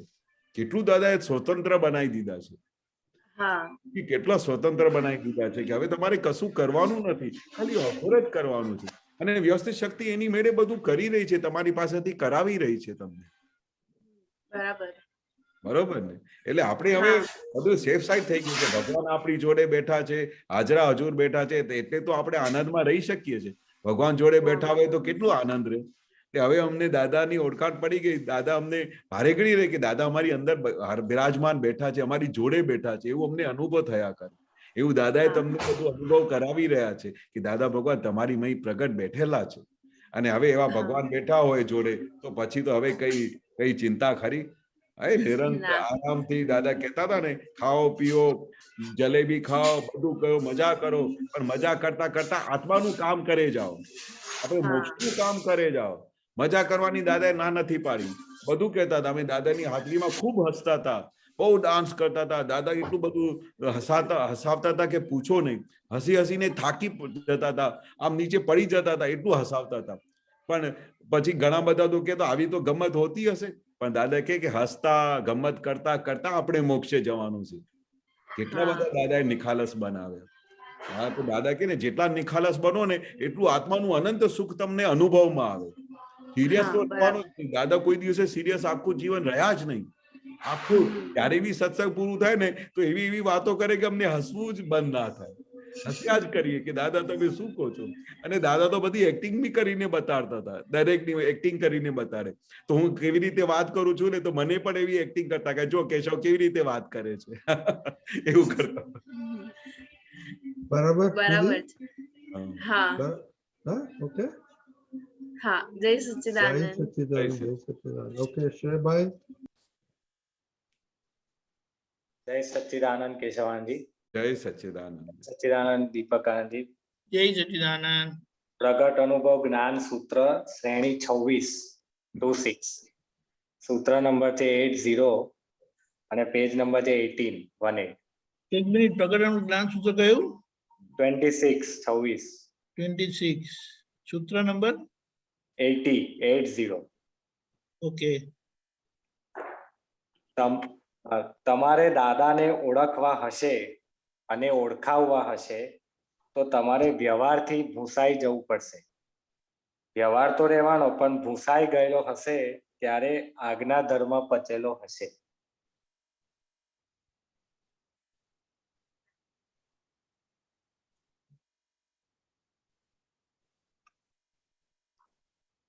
ફરીથી બોલો. તમારે દાદાને ઓળખવા હશે અને ઓળખાવવા હશે હા તો તમારે વ્યવહારથી ભૂસાઈ જવું પડશે. હા બરોબર, વ્યવહારથી ભૂસાઈ જવું પડશે એટલે શું કે હા. વ્યવહારમાં જે બધે નહીં કે આખો દિવસ પરફેક્શનિસ્ટ રીતે ચાલતા, વ્યવહારમાં તો આવું જોવું જોઈએ, વ્યવહારમાં તો આવી રીતે વાત કરવી જોઈએ, વ્યવહારમાં તો આવી રીતે નિયમથી ચાલવું જોઈએ. વ્યવહારમાં મારા છોકરાના લગ્ન હતા તો તે વખતે મેં તમને 4 લાડવા આપેલા તો તમે મને વ્યવહારમાં 1 લાડવા કેમ આપ્યા? એટલે આવા બધા વ્યવહારમાં જ્યારે આપણે પરફેક્શન થવા જઈએ તો એમાં પછી શું થાય, બધા મતભેદો ઊભા થાય, બધા જાતના બધા પ્રશ્નો ઊભા થાય. એટલે વ્યવહારમાં ભૂસાઈ જવું જોઈએ, એટલે આમાંથી વ્યવહારમાંથી નીકળી જવું પડે. આવા બધા વ્યવહાર બરાબર છે. તમારે દાદાને ઓળખવા હશે અને ઓળખાવા હશે તો તમારે વ્યવહારથી ભૂસાઈ જવું પડશે, કારણ કે દાદાને ઓળખવા કંઈક જેવી તેવી વસ્તુ નથી. બરાબર છે, બરાબર છે. હા, વ્યવહારમાં દાદા હુક્કો પીતા હોય તો દાદાને તો ખબર હોય કે હું શું કરી રહ્યો છું, કોણ પીએ છે, કોણ કરી રહ્યો છે. તો પછી તમે એમની અંદર જો વ્યવહાર જોવા જાઓ કે આવું તો હોતું હશે, હવે એમાં જો તમે જોવા જાઓ તો પછી તમે દાદાને કેવી રીતે ઓળખી શકો? બોલો. એક્ઝેક્ટલી. ભગવાન કોણ છે, શું કરી રહ્યા છે, કયા કારણથી આ બધું કરી રહ્યા છે, એમનો એટલો બધા રહસ્ય હોય એ તમને કેવી રીતે ખબર પડે?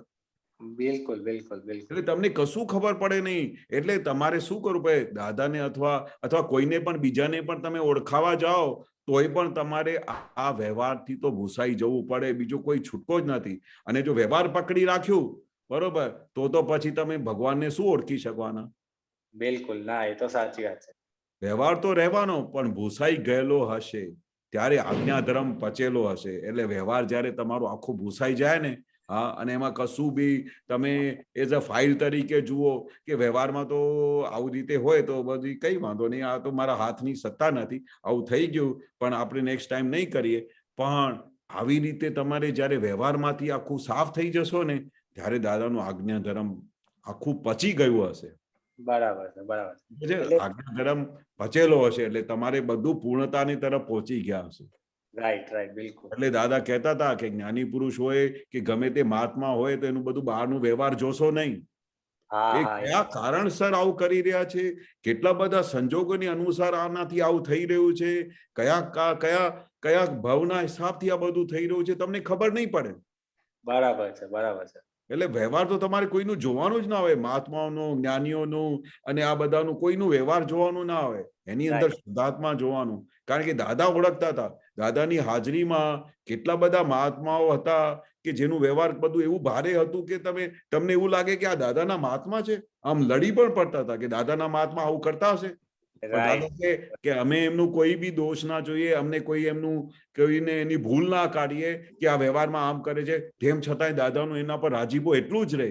પણ દાદા એટલું જાણતા હતા કે કયા કારણસર એમનું આવું બધું દશા થઈ છે, કયા કારણસર એમના ફાઇલ નંબર એક સાથે આટલા ઝઘડા થાય છે, કયા કારણસર એ કયો વેરનો હિસાબ ચૂકવી રહ્યો છે, એ દાદાને ખબર પડતી.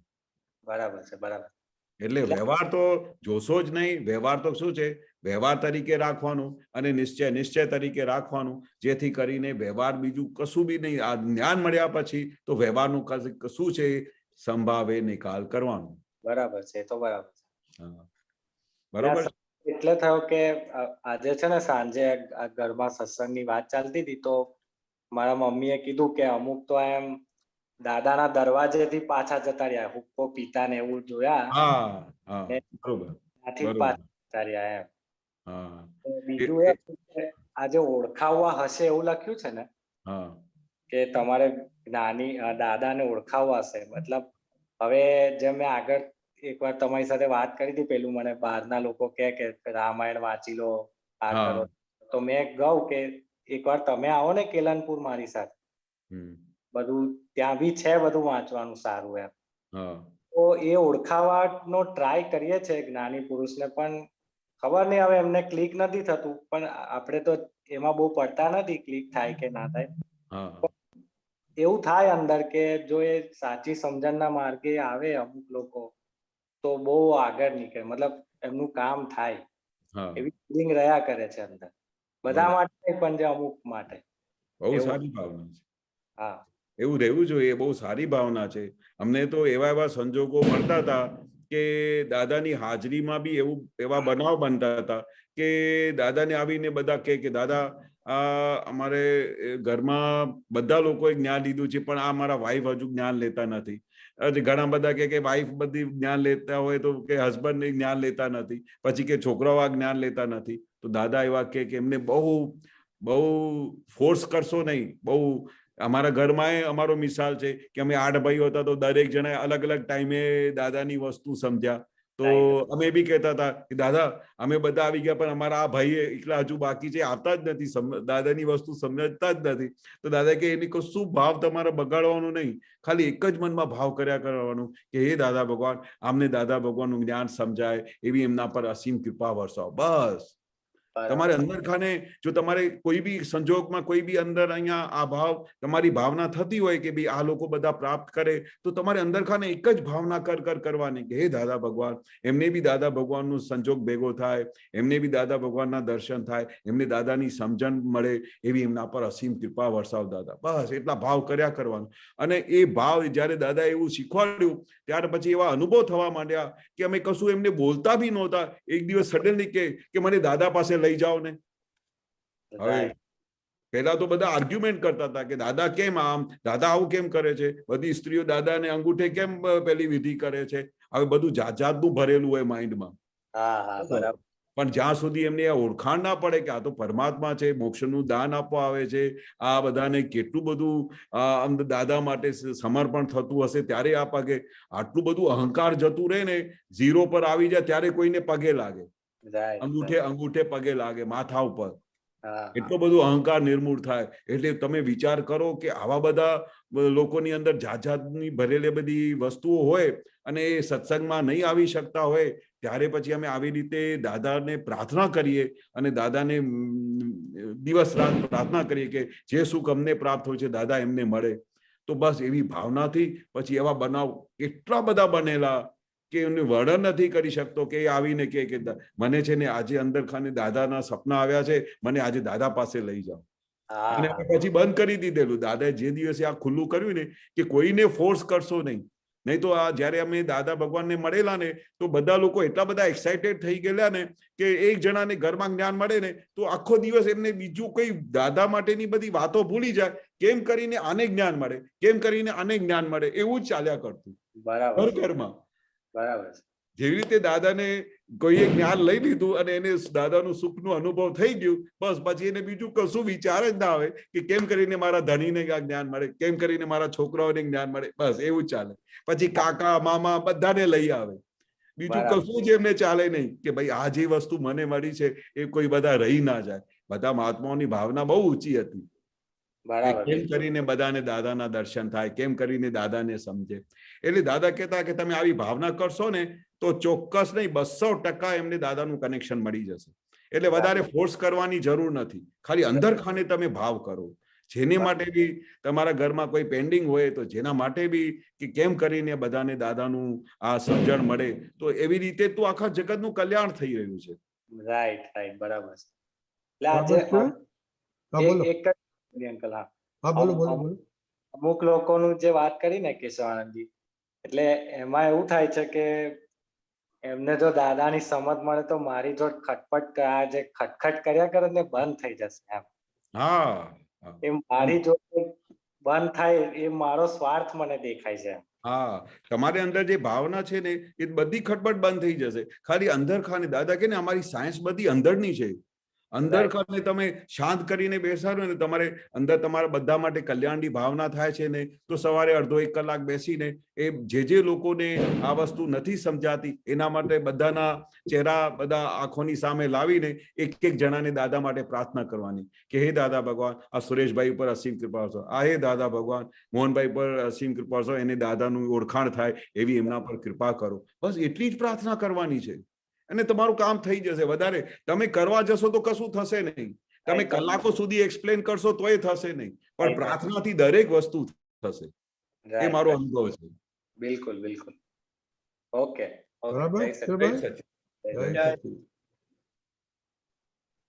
વિભૂતિબેન જય સચ્ચિદાનંદ કેશવાનંદ जी। જય સચ્ચિદાનંદ વિભૂતિબેન। જય સચ્ચિદાનંદ। હવે એક પદમાં એક શબ્દ આવે છે અને આરતીમાં પણ આવે છે, સંગમેશ્વર દાદા ભગવાન। તો હા સંગમેશ્વર દાદા ભગવાનનું વર્ણન કરો ને દાદાનું। હા હા, બહુ સરસ બહુ સરસ। એ તો કવિરાજનું પદ પણ છે, સંગમેશ્વર સચ્ચિદાનંદ હા એ જ। શુદ્ધ આનંદ જય જયકાર હો જય સચ્ચિદાનંદ। એ કવિરાજે પણ આ બહુ મોટો શબ્દ છે સંગમેશ્વર। સંગમેશ્વર એટલે શું કે આપણે જેવી રીતે ગંગા જમુના સરસ્વતી ત્રણ નદીઓનું મિલન થાય છે ને તેને સંગમ કહેવાય છે, એવું સંગમ સંગમેશ્વર એટલે આ તીર્થંકર ભગવાનો હતા, 24 તીર્થંકર ભગવાનો હતા અને દરેક અલગ અલગ ટાઈમમાં ચોથારામાં હતા। દરેક વખતે તીર્થંકર ભગવાનોને જુદી જુદી વખતે આખું વિજ્ઞાન કેવળ જ્ઞાન પ્રગટ થયું। તો એ બધા તીર્થંકર ભગવાનનું આખું વિજ્ઞાન છે તે સંગમ બનીને દાદા ભગવાનની અંદર પ્રગટ થયું છે, એટલે સંગમેશ્વર। એટલે આખું ભગવાનનો તીર્થંકર ભગવાનનું એટલે તો કવિરાજે બી ગાયેલું ને કે 24 તીર્થંકરના ભેડા સ્વરૂપ છે। કેમ કહ્યું? કારણ કે 24 તીર્થંકરનું આખું વિજ્ઞાનનું સંગમ લઈને આવેલા છે, એવા સંગમેશ્વર દાદા ભગવાન છે। હવે એક વસ્તુ આ પણ છે કે આપણા જગતમાં જૈન ધર્મ છે, વૈષ્ણવ ધર્મ છે, શિવ ધર્મ છે। તો જેવી રીતે બી જૈન ધર્મમાં હોય તો બધાને દાદાને તીર્થંકર ભગવાન દેખાય, વૈષ્ણવ હોય તો દાદા ભગવાનની અંદર એને કૃષ્ણ ભગવાન દેખાય, શિવ વાળા હોય તો એને શિવ દેખાય। અમારા બાને આટલા વખત સુધી શું થતું હતું કે એ દિવસ રાત કૃષ્ણ ભગવાનને જ ભજતા હતા અને વૈષ્ણવ ધર્મમાં તો એ કૃષ્ણ ભગવાન એટલે એમના ભગવાન દિવસ રાત એમને મંદિરમાં બેસી રહે, એમની ભજના કર્યા કરે। પછી બહુ વખત સુધી જ્યારે દાદા મેં બધા દાદા પાસે જતા હતા, હજુ એમને એવું કૃષ્ણ ભગવાનનું પેલું બહુ ખેંચ હતી, એ જતી નહોતી। તો પછી એક દિવસ દાદા તો જાણતા હતા કે આ બધા અને અમે બધાએ જાણતા હતા કે દાદાની અંદર બધા ભગવાનો પ્રગટ થઈ ગયેલા છે। તો એક દિવસ દાદા ભગવાને શું છે બાને રાતમાં સપનામાં આવેલા અને વારે ઘડીએ શું થાય કે એક વખત કૃષ્ણ ભગવાન આ મુરલી લઈને બેઠા હોય એવા દેખાય, પછી ફરી દાદા થઈ જાય, ફરી દાદા ભગવાન થોડી વાર દાદા દેખાય, ફરી કૃષ્ણ ભગવાન થઈ જાય। બાને ખબર પડી ગઈ બસ એ તો દાદા ભગવાન એ જ કૃષ્ણ ભગવાન છે। પછી તો જે આવીને દોડીને દાદા પાસે પડ્યા તે આખું જીવન છોડ્યા નહીં દાદાને। બસ એક વખતનું જે દાદાનું એમની ઓળખાણ પડી ગઈ કે આ સંગમેશ્વર કેવા છે કે કૃષ્ણ ભગવાન બી એ જ છે, શિવ બી એ જ છે, તીર્થંકર ભગવાન બી એ છે। એટલે બધા ભગવંતોનું સંગમ લઈને દાદા સંગમેશ્વર થઈને આવેલા છે અમારી સામે। તો એવા સંગમેશ્વર ભગવાન આપણી જોડે મળી ગયા હોય તો પછી કોઈ ક્રાઇસ્ટ ધર્મમાંથી આવે કે મુસ્લિમમાંથી આવે, ગમે ત્યાંથી આવે, તે દાદાને જુએ ને તો એને પોતાના જ લાગે કે ભાઈ દાદા તો મારા ક્રાઇસ્ટ છે, દાદા ભગવાન તો મારા પેલા ખુદા છે, મારા पैगंबर છે, બધાને એવું જ દેખાય। એટલે દાદા કવિરાજે એવી બધી આખી કલ્પના કરી છે કે ભાઈ આ કેવો સંગમેશ્વર ભગવાન હતા કે બધા ધર્મોને સંગમને લઈ આવ્યા। એક જ પ્લેટફોર્મ પર ત્રણે ત્રણ ભગવંતોને બેસાડ્યા, તીર્થંકર આ બાજુ કૃષ્ણ શિવને। આ સંગમેશ્વર ભગવાન જ કરી શકે, બાકી આ ધરતી પર કોઈ દિવસે સાંભળેલું નહીં કે એક જ પ્લેટફોર્મ પર ત્રણેય ભગવાનને બેસાડ્યા। દાદા સિવાય કોઈ કરી શક્યા નહીં અને આટલા અબજો વર્ષો સુધી કોઈ વિચારી ના શકે કે આદિનાથ ભગવાન પછી દાદા ભગવાને આ આખું એક પ્લેટફોર્મ બનાવ્યું। એવા સંગમેશ્વર ભગવાન થઈને અમારી સામે પ્રગટ થયા અને પછી આખા વિજ્ઞાનનું સંગમ કરીને આપ્યું। કેવું વિજ્ઞાનનું સંગમ કરીને આપ્યું કે બધું આત્મા અનાત્મા છૂટા પાડી આપ્યા। એટલે અમને ભગવાન સાથે સંગમ કરાવીને આપ્યું। એવા સંગમેશ્વર ભગવાનને અમે નિરંતર ભજીએ છીએ અને એ જ અમારું કામ કરી રહ્યા છે એવું અમને દેખાય છે, એવી અમને સમજાય છે દાદાની વાત। બરાબર? જય સચ્ચિદાનંદ।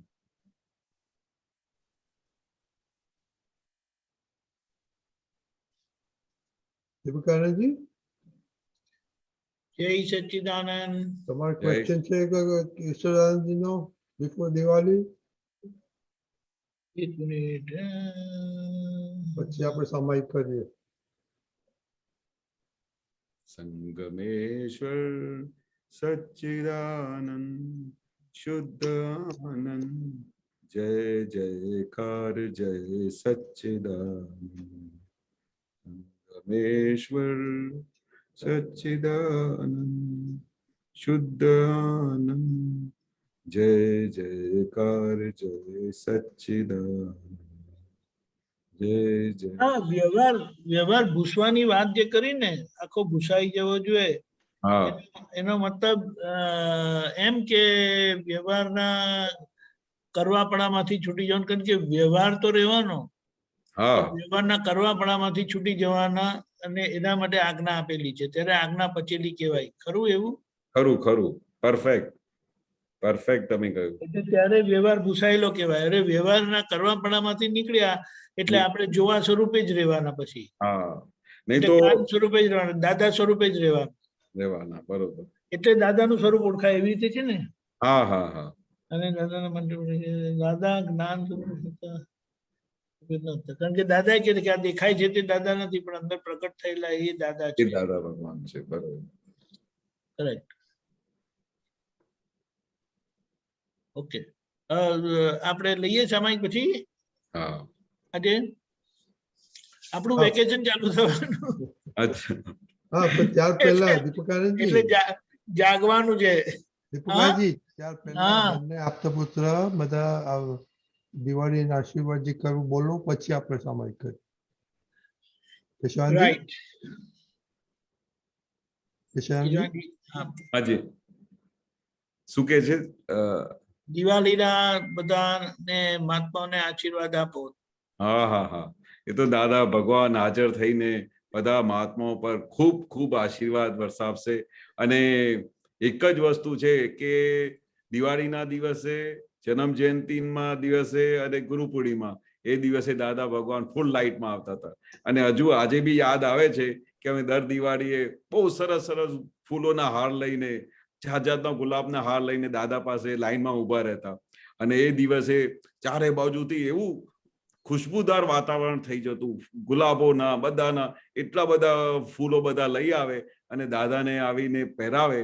અને તે વખતે દાદા ખીલી ઉઠતા હતા. અને ખીલીને પછી કશું બોલતા નહોતા, પણ એમની આંખોથી આશીર્વાદ આપતા હતા.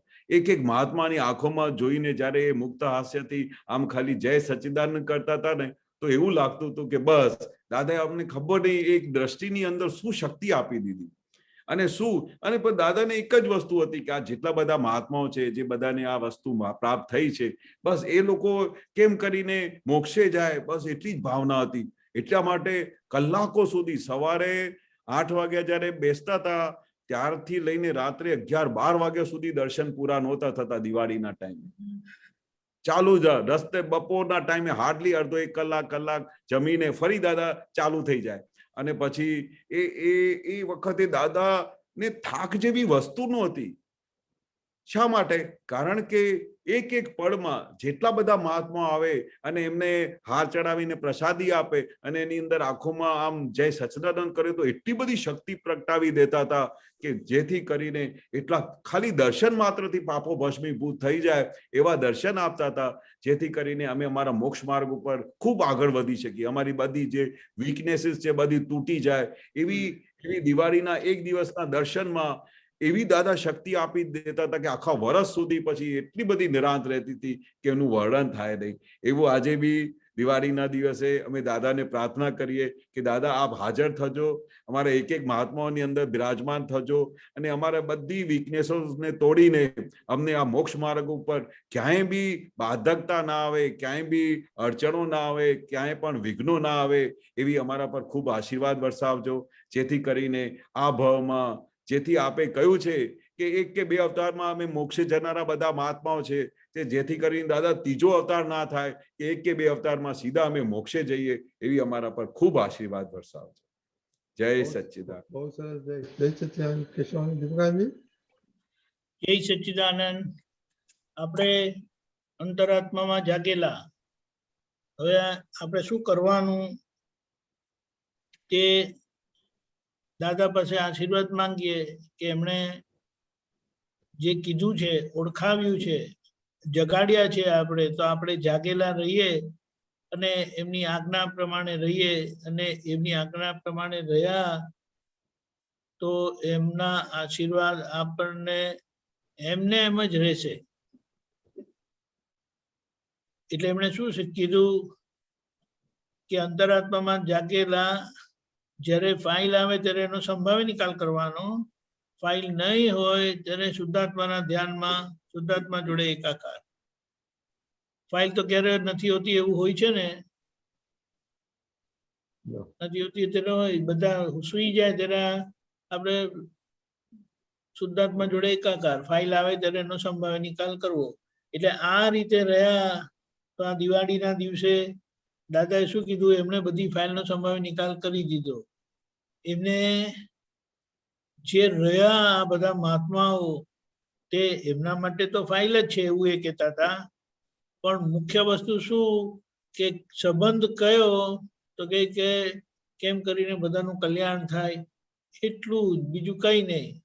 બીજું કશું કોઈના વ્યવહારમાં હાથ નાખે નહીં, ડકોડકલ કરે નહીં. એટલે એવા એ થઈ ગયેલા.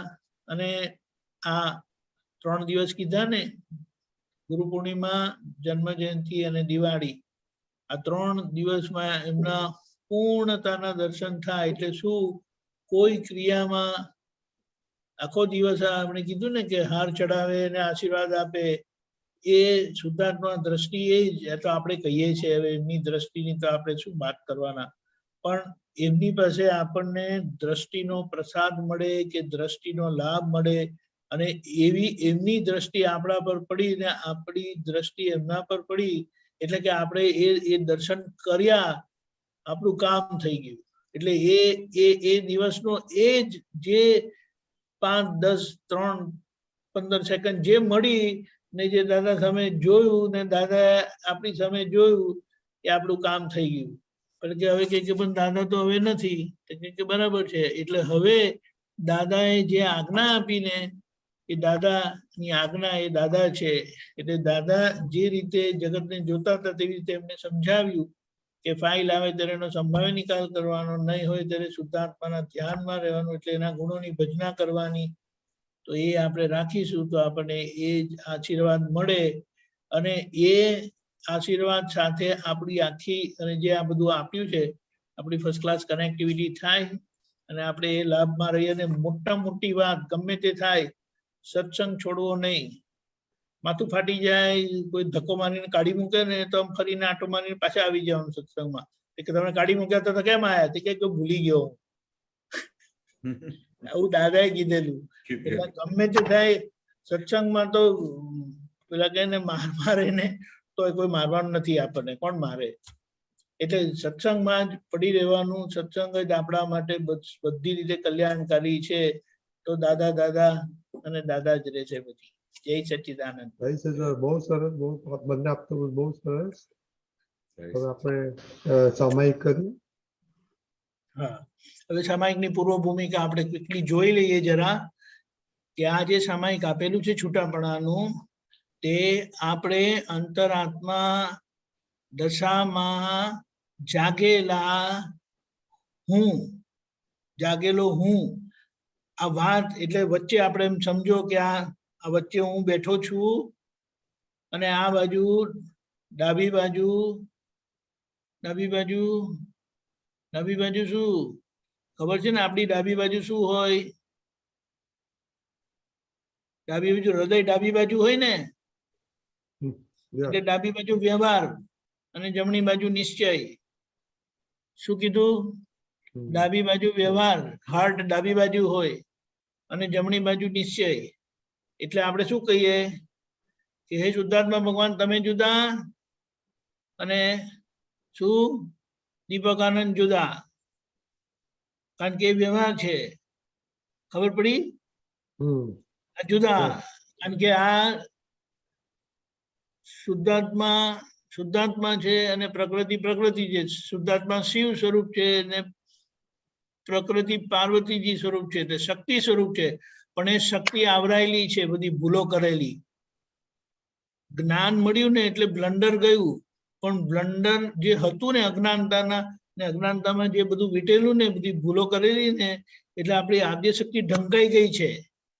તો એ આદ્ય શક્તિ ખુલવા માટે બધી આપણી નબળાઈઓ બધી નીકળી જાય. દાદા કે ને બ્લન્ડર ગયું, મિસ્ટેક રહી. મિસ્ટેક જાય કેવી રીતે? તો કે એને જોવી પડે. આપણે જોઈએ ને એટલે આપણને ખબર પડે કે જેમાં દિવાળીમાં બધી તમે સાફ સફાઈ નહીં કરી, હજી થોડી કરવાની હશે તો કરી દેજો, પણ એ સાફ સફાઈમાં જોયું બધે જોઈને બધું સાફ કર્યું. એટલે જોવાયું ને એટલે સાફ કરવાની પ્રક્રિયાની મેળે જ થાય. એટલે આપણે અંતરાત્મા દશામાં આપણે કહીએ છીએ, હે શુદ્ધાત્મા ભગવાન તમે જુદા, ચંદુલાલ જુદા.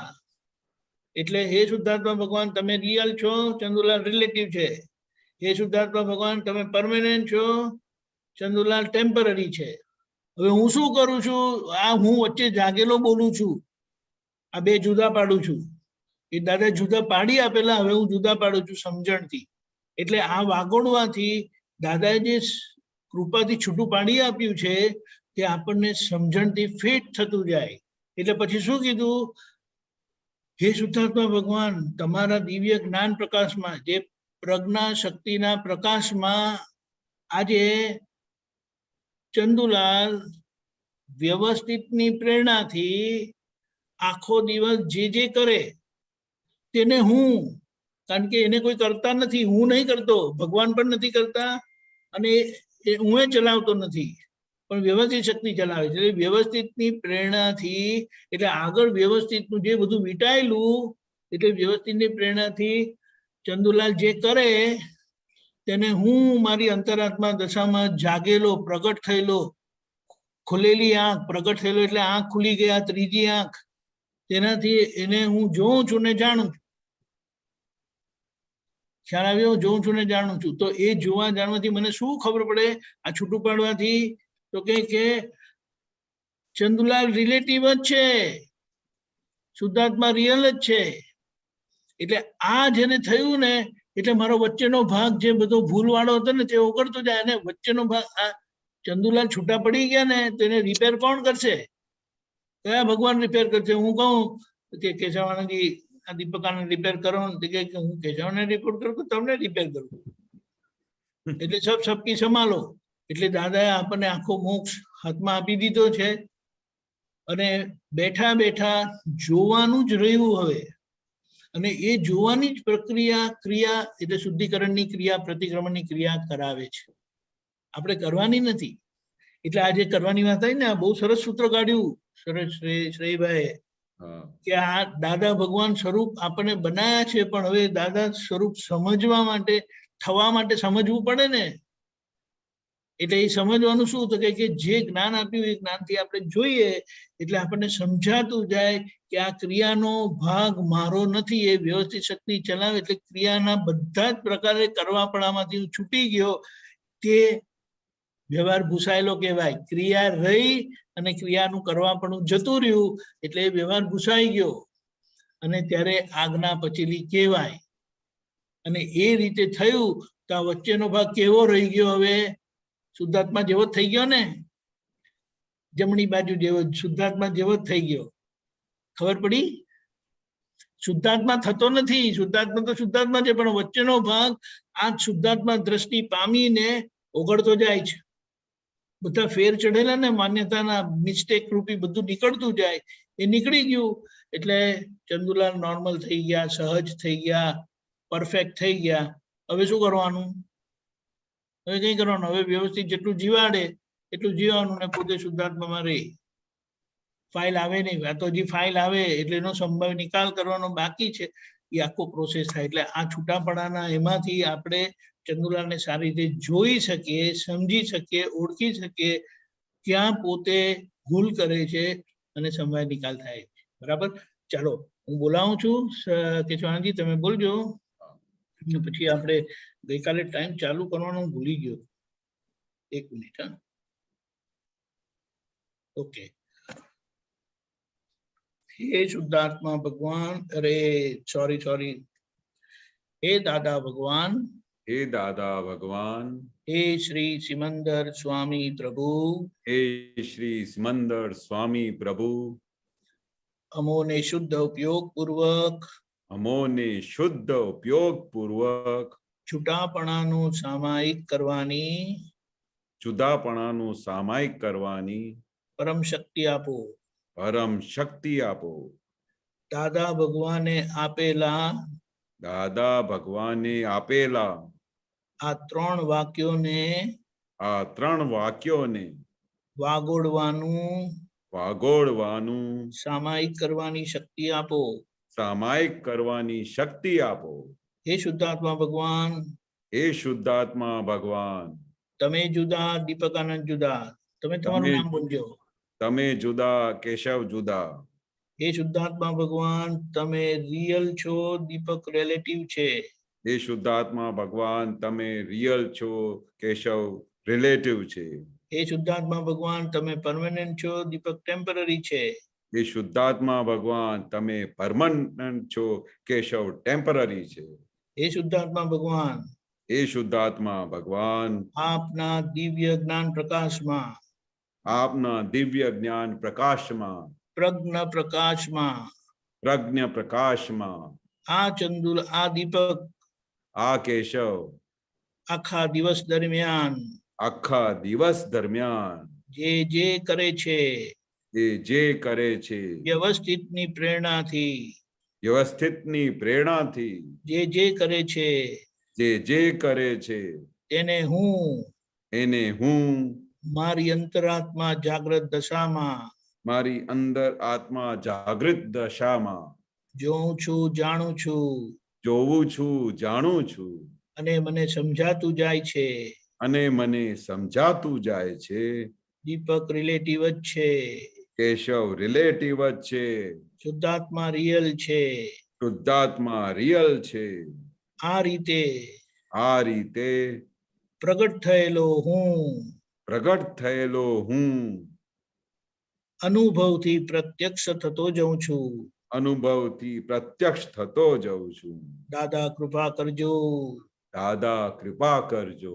હું શુદ્ધ આત્મા છું. હું શુદ્ધ આત્મા છું. હું શુદ્ધ આત્મા છું. હું શુદ્ધ આત્મા છું. હું શુદ્ધ આત્મા છું. હું શુદ્ધ આત્મા છું. હું શુદ્ધ આત્મા છું. હું શુદ્ધ આત્મા છું. હું શુદ્ધ આત્મા છું.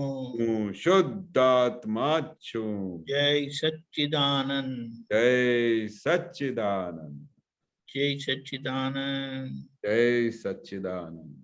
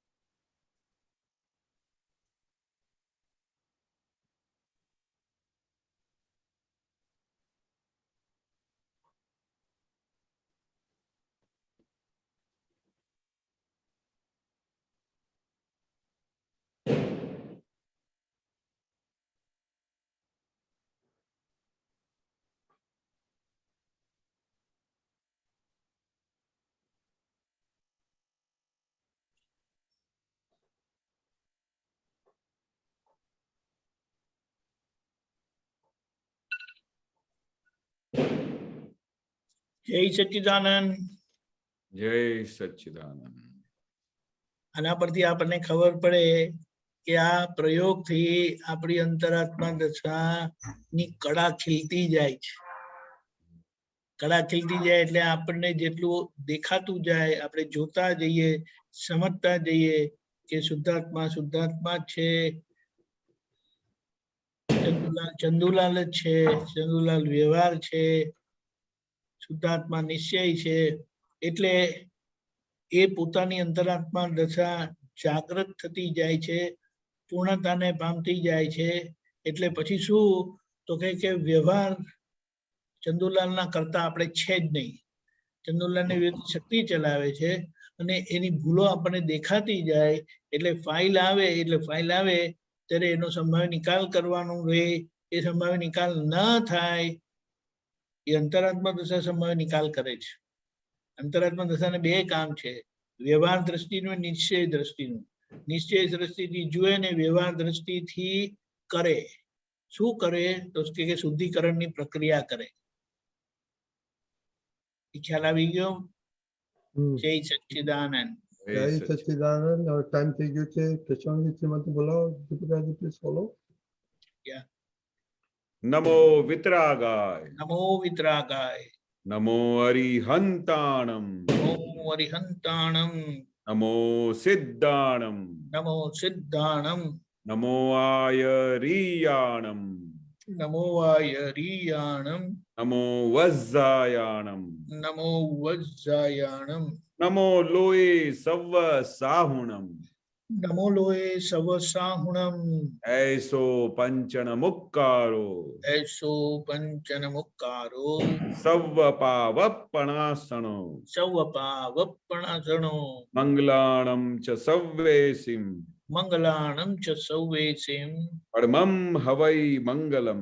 પરમં હવૈ મંગલમ. ઓમ નમો ભગવતે વાસુદેવાય. ઓમ નમો ભગવતે વાસુદેવાય. ઓમ નમઃ શિવાય. ઓમ નમઃ શિવાય. જય સચ્ચિદાનંદ.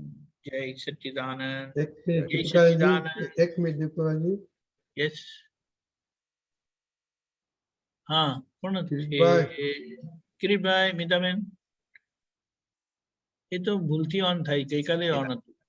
પ્રશ્ન હોય તો ફાઇન પ્લીઝ જય સચ્ચિદાનંદ. બોલો. ના પ્રશ્ન એટલે એક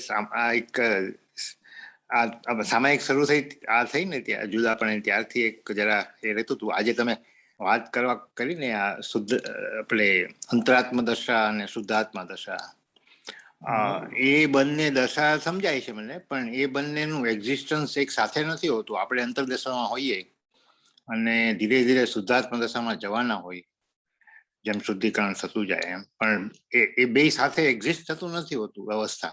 આમાં શું થાય છે કે ફાઇલ આવે ને ત્યારે આજ્ઞા પાડીએ છે, બરાબર, ફાઇલ નો સંભાવ્ય નિકાલ કરીએ છીએ, એમાં શુદ્ધાત્માનો ઉપયોગ જ વપરાય છે. ખબર પડી? પણ ફાઇલ નો સંભાવ્ય નિકાલ કરવાનું એ કામ બાકી છે, એ મિસ્ટેક કાઢવાનું બાકી છે. ના, એ તો બધું સમજાય છે. આ બંને સાથે તમે એને શું કહેવાય? મીતાબેન હાજર છે, પણ હમણાં તમે સોહમ જોડે વાત કરતા હોય તો ડેડી તરીકે જ વાત કરો ને. હા, પણ તમે મીતાબેન ના હસબન્ડ મટી ગયા, પેસિવ છે. હા, પેસિવ છે, એ બરાબર પેસિવ છે. પણ હમણાં શું છે, હમણાં સોહમ ને હેન્ડલ કરવો જરૂરી છે, કારણ કે પ્રશ્ન લઈને આવ્યો ડેડી આનું શું કરીને. એટલે એક જ તત્વની બે અવસ્થા છે. હું આ વચ્ચે એટલે તત્વ એટલે આપણે આત્મ તત્વ છે આપણું. એટલે વચ્ચેની જે ભ્રાંતિ ઉભી થઈ છે ને એ દ્રષ્ટિ પામે છે. એટલે જે હુંની બે અવસ્થા છે, બેની અવસ્થા ને બે કામ છે, બે દ્રષ્ટિ, બે કામ છે. એટલે રિયલ વ્યૂ પોઈન્ટ થી હું શુદ્ધાત્મા છું અને રિલેટિવ વ્યૂ પોઈન્ટ થી હું કિરીટભાઈ છું. એટલે ફાઇલ આવે ત્યારે સંભાવ્ય નિકાલ કરવાનો. એ બે અવસ્થામાં બેક એન્ડ ફોર્થ થતું હોય છે, એવું કહેવાય ને? યસ. એટલે શું કે તમે જયારે ગાડી ચલાવતા હોય ત્યારે તમારે હું શુદ્ધાત્મા છું નથી કરવાનું, ગાડી ચલાવવાની સંભાવ્ય નિકાલ કરવાનો. એક સાથે બંને એક્ઝિસ્ટ નથી થતી. અરે છે તમે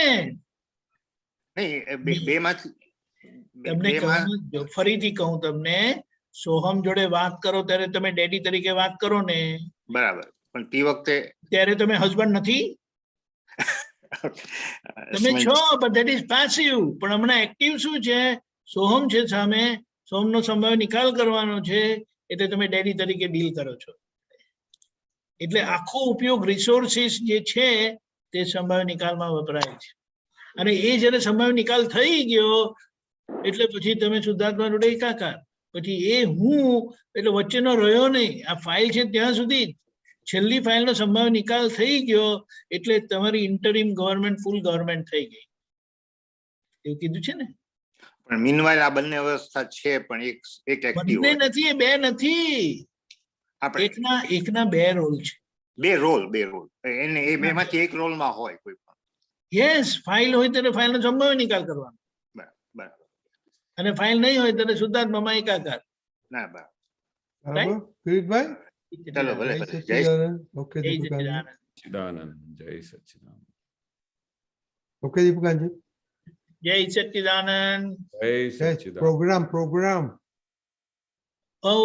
સોરી, દિવાળીનું આપણે મોટું વેકેશન છે, એટલે વેકેશન તો આપણે કહીએ, પણ એને શું કહેવાય કે હમણાં લગી આપણે હોસ્પિટલમાં જઈને ટ્રીટમેન્ટ લેયા કરતા હતા, હવે આપણે બહાર પડીએ છીએ. એટલે ફાઇલ આવશે અને એનો સંભાવ, એટલે આ જે બધું આપણી સમજણને ઉપયોગ કરવાનો છે.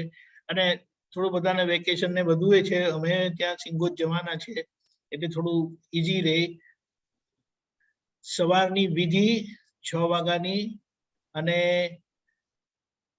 બસ એટલું જ રહેશે.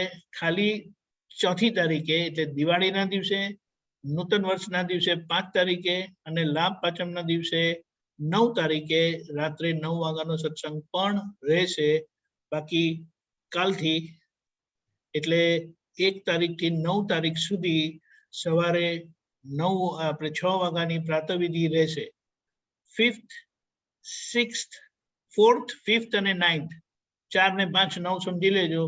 4મી તારીખ, 5મી તારીખ ને 9મી તારીખે રાત્રે 9 વાગ્યાનો સત્સંગ રહેશે. આપણે વોટ્સએપ મેસેજ બધાને મળતા જ રહેશે રોજના. અને આપણે શું સમય કરવાનું છે, આ 9 દિવસનું પુરુષાર્થ કરવાનો છે, એની માહિતી કાલે મળી જશે. જય સચ્ચિદાનંદ. બધાને હેપી દિવાળી. હેપી દિવાળી. સચ્ચિદાનંદ, आप तो હેપી बहुत बड़ा ન્યૂ યર. महात्मा हो, નામ પાંચમ हैप्पी આપણે મળતા જ दिवाली। રહીશું.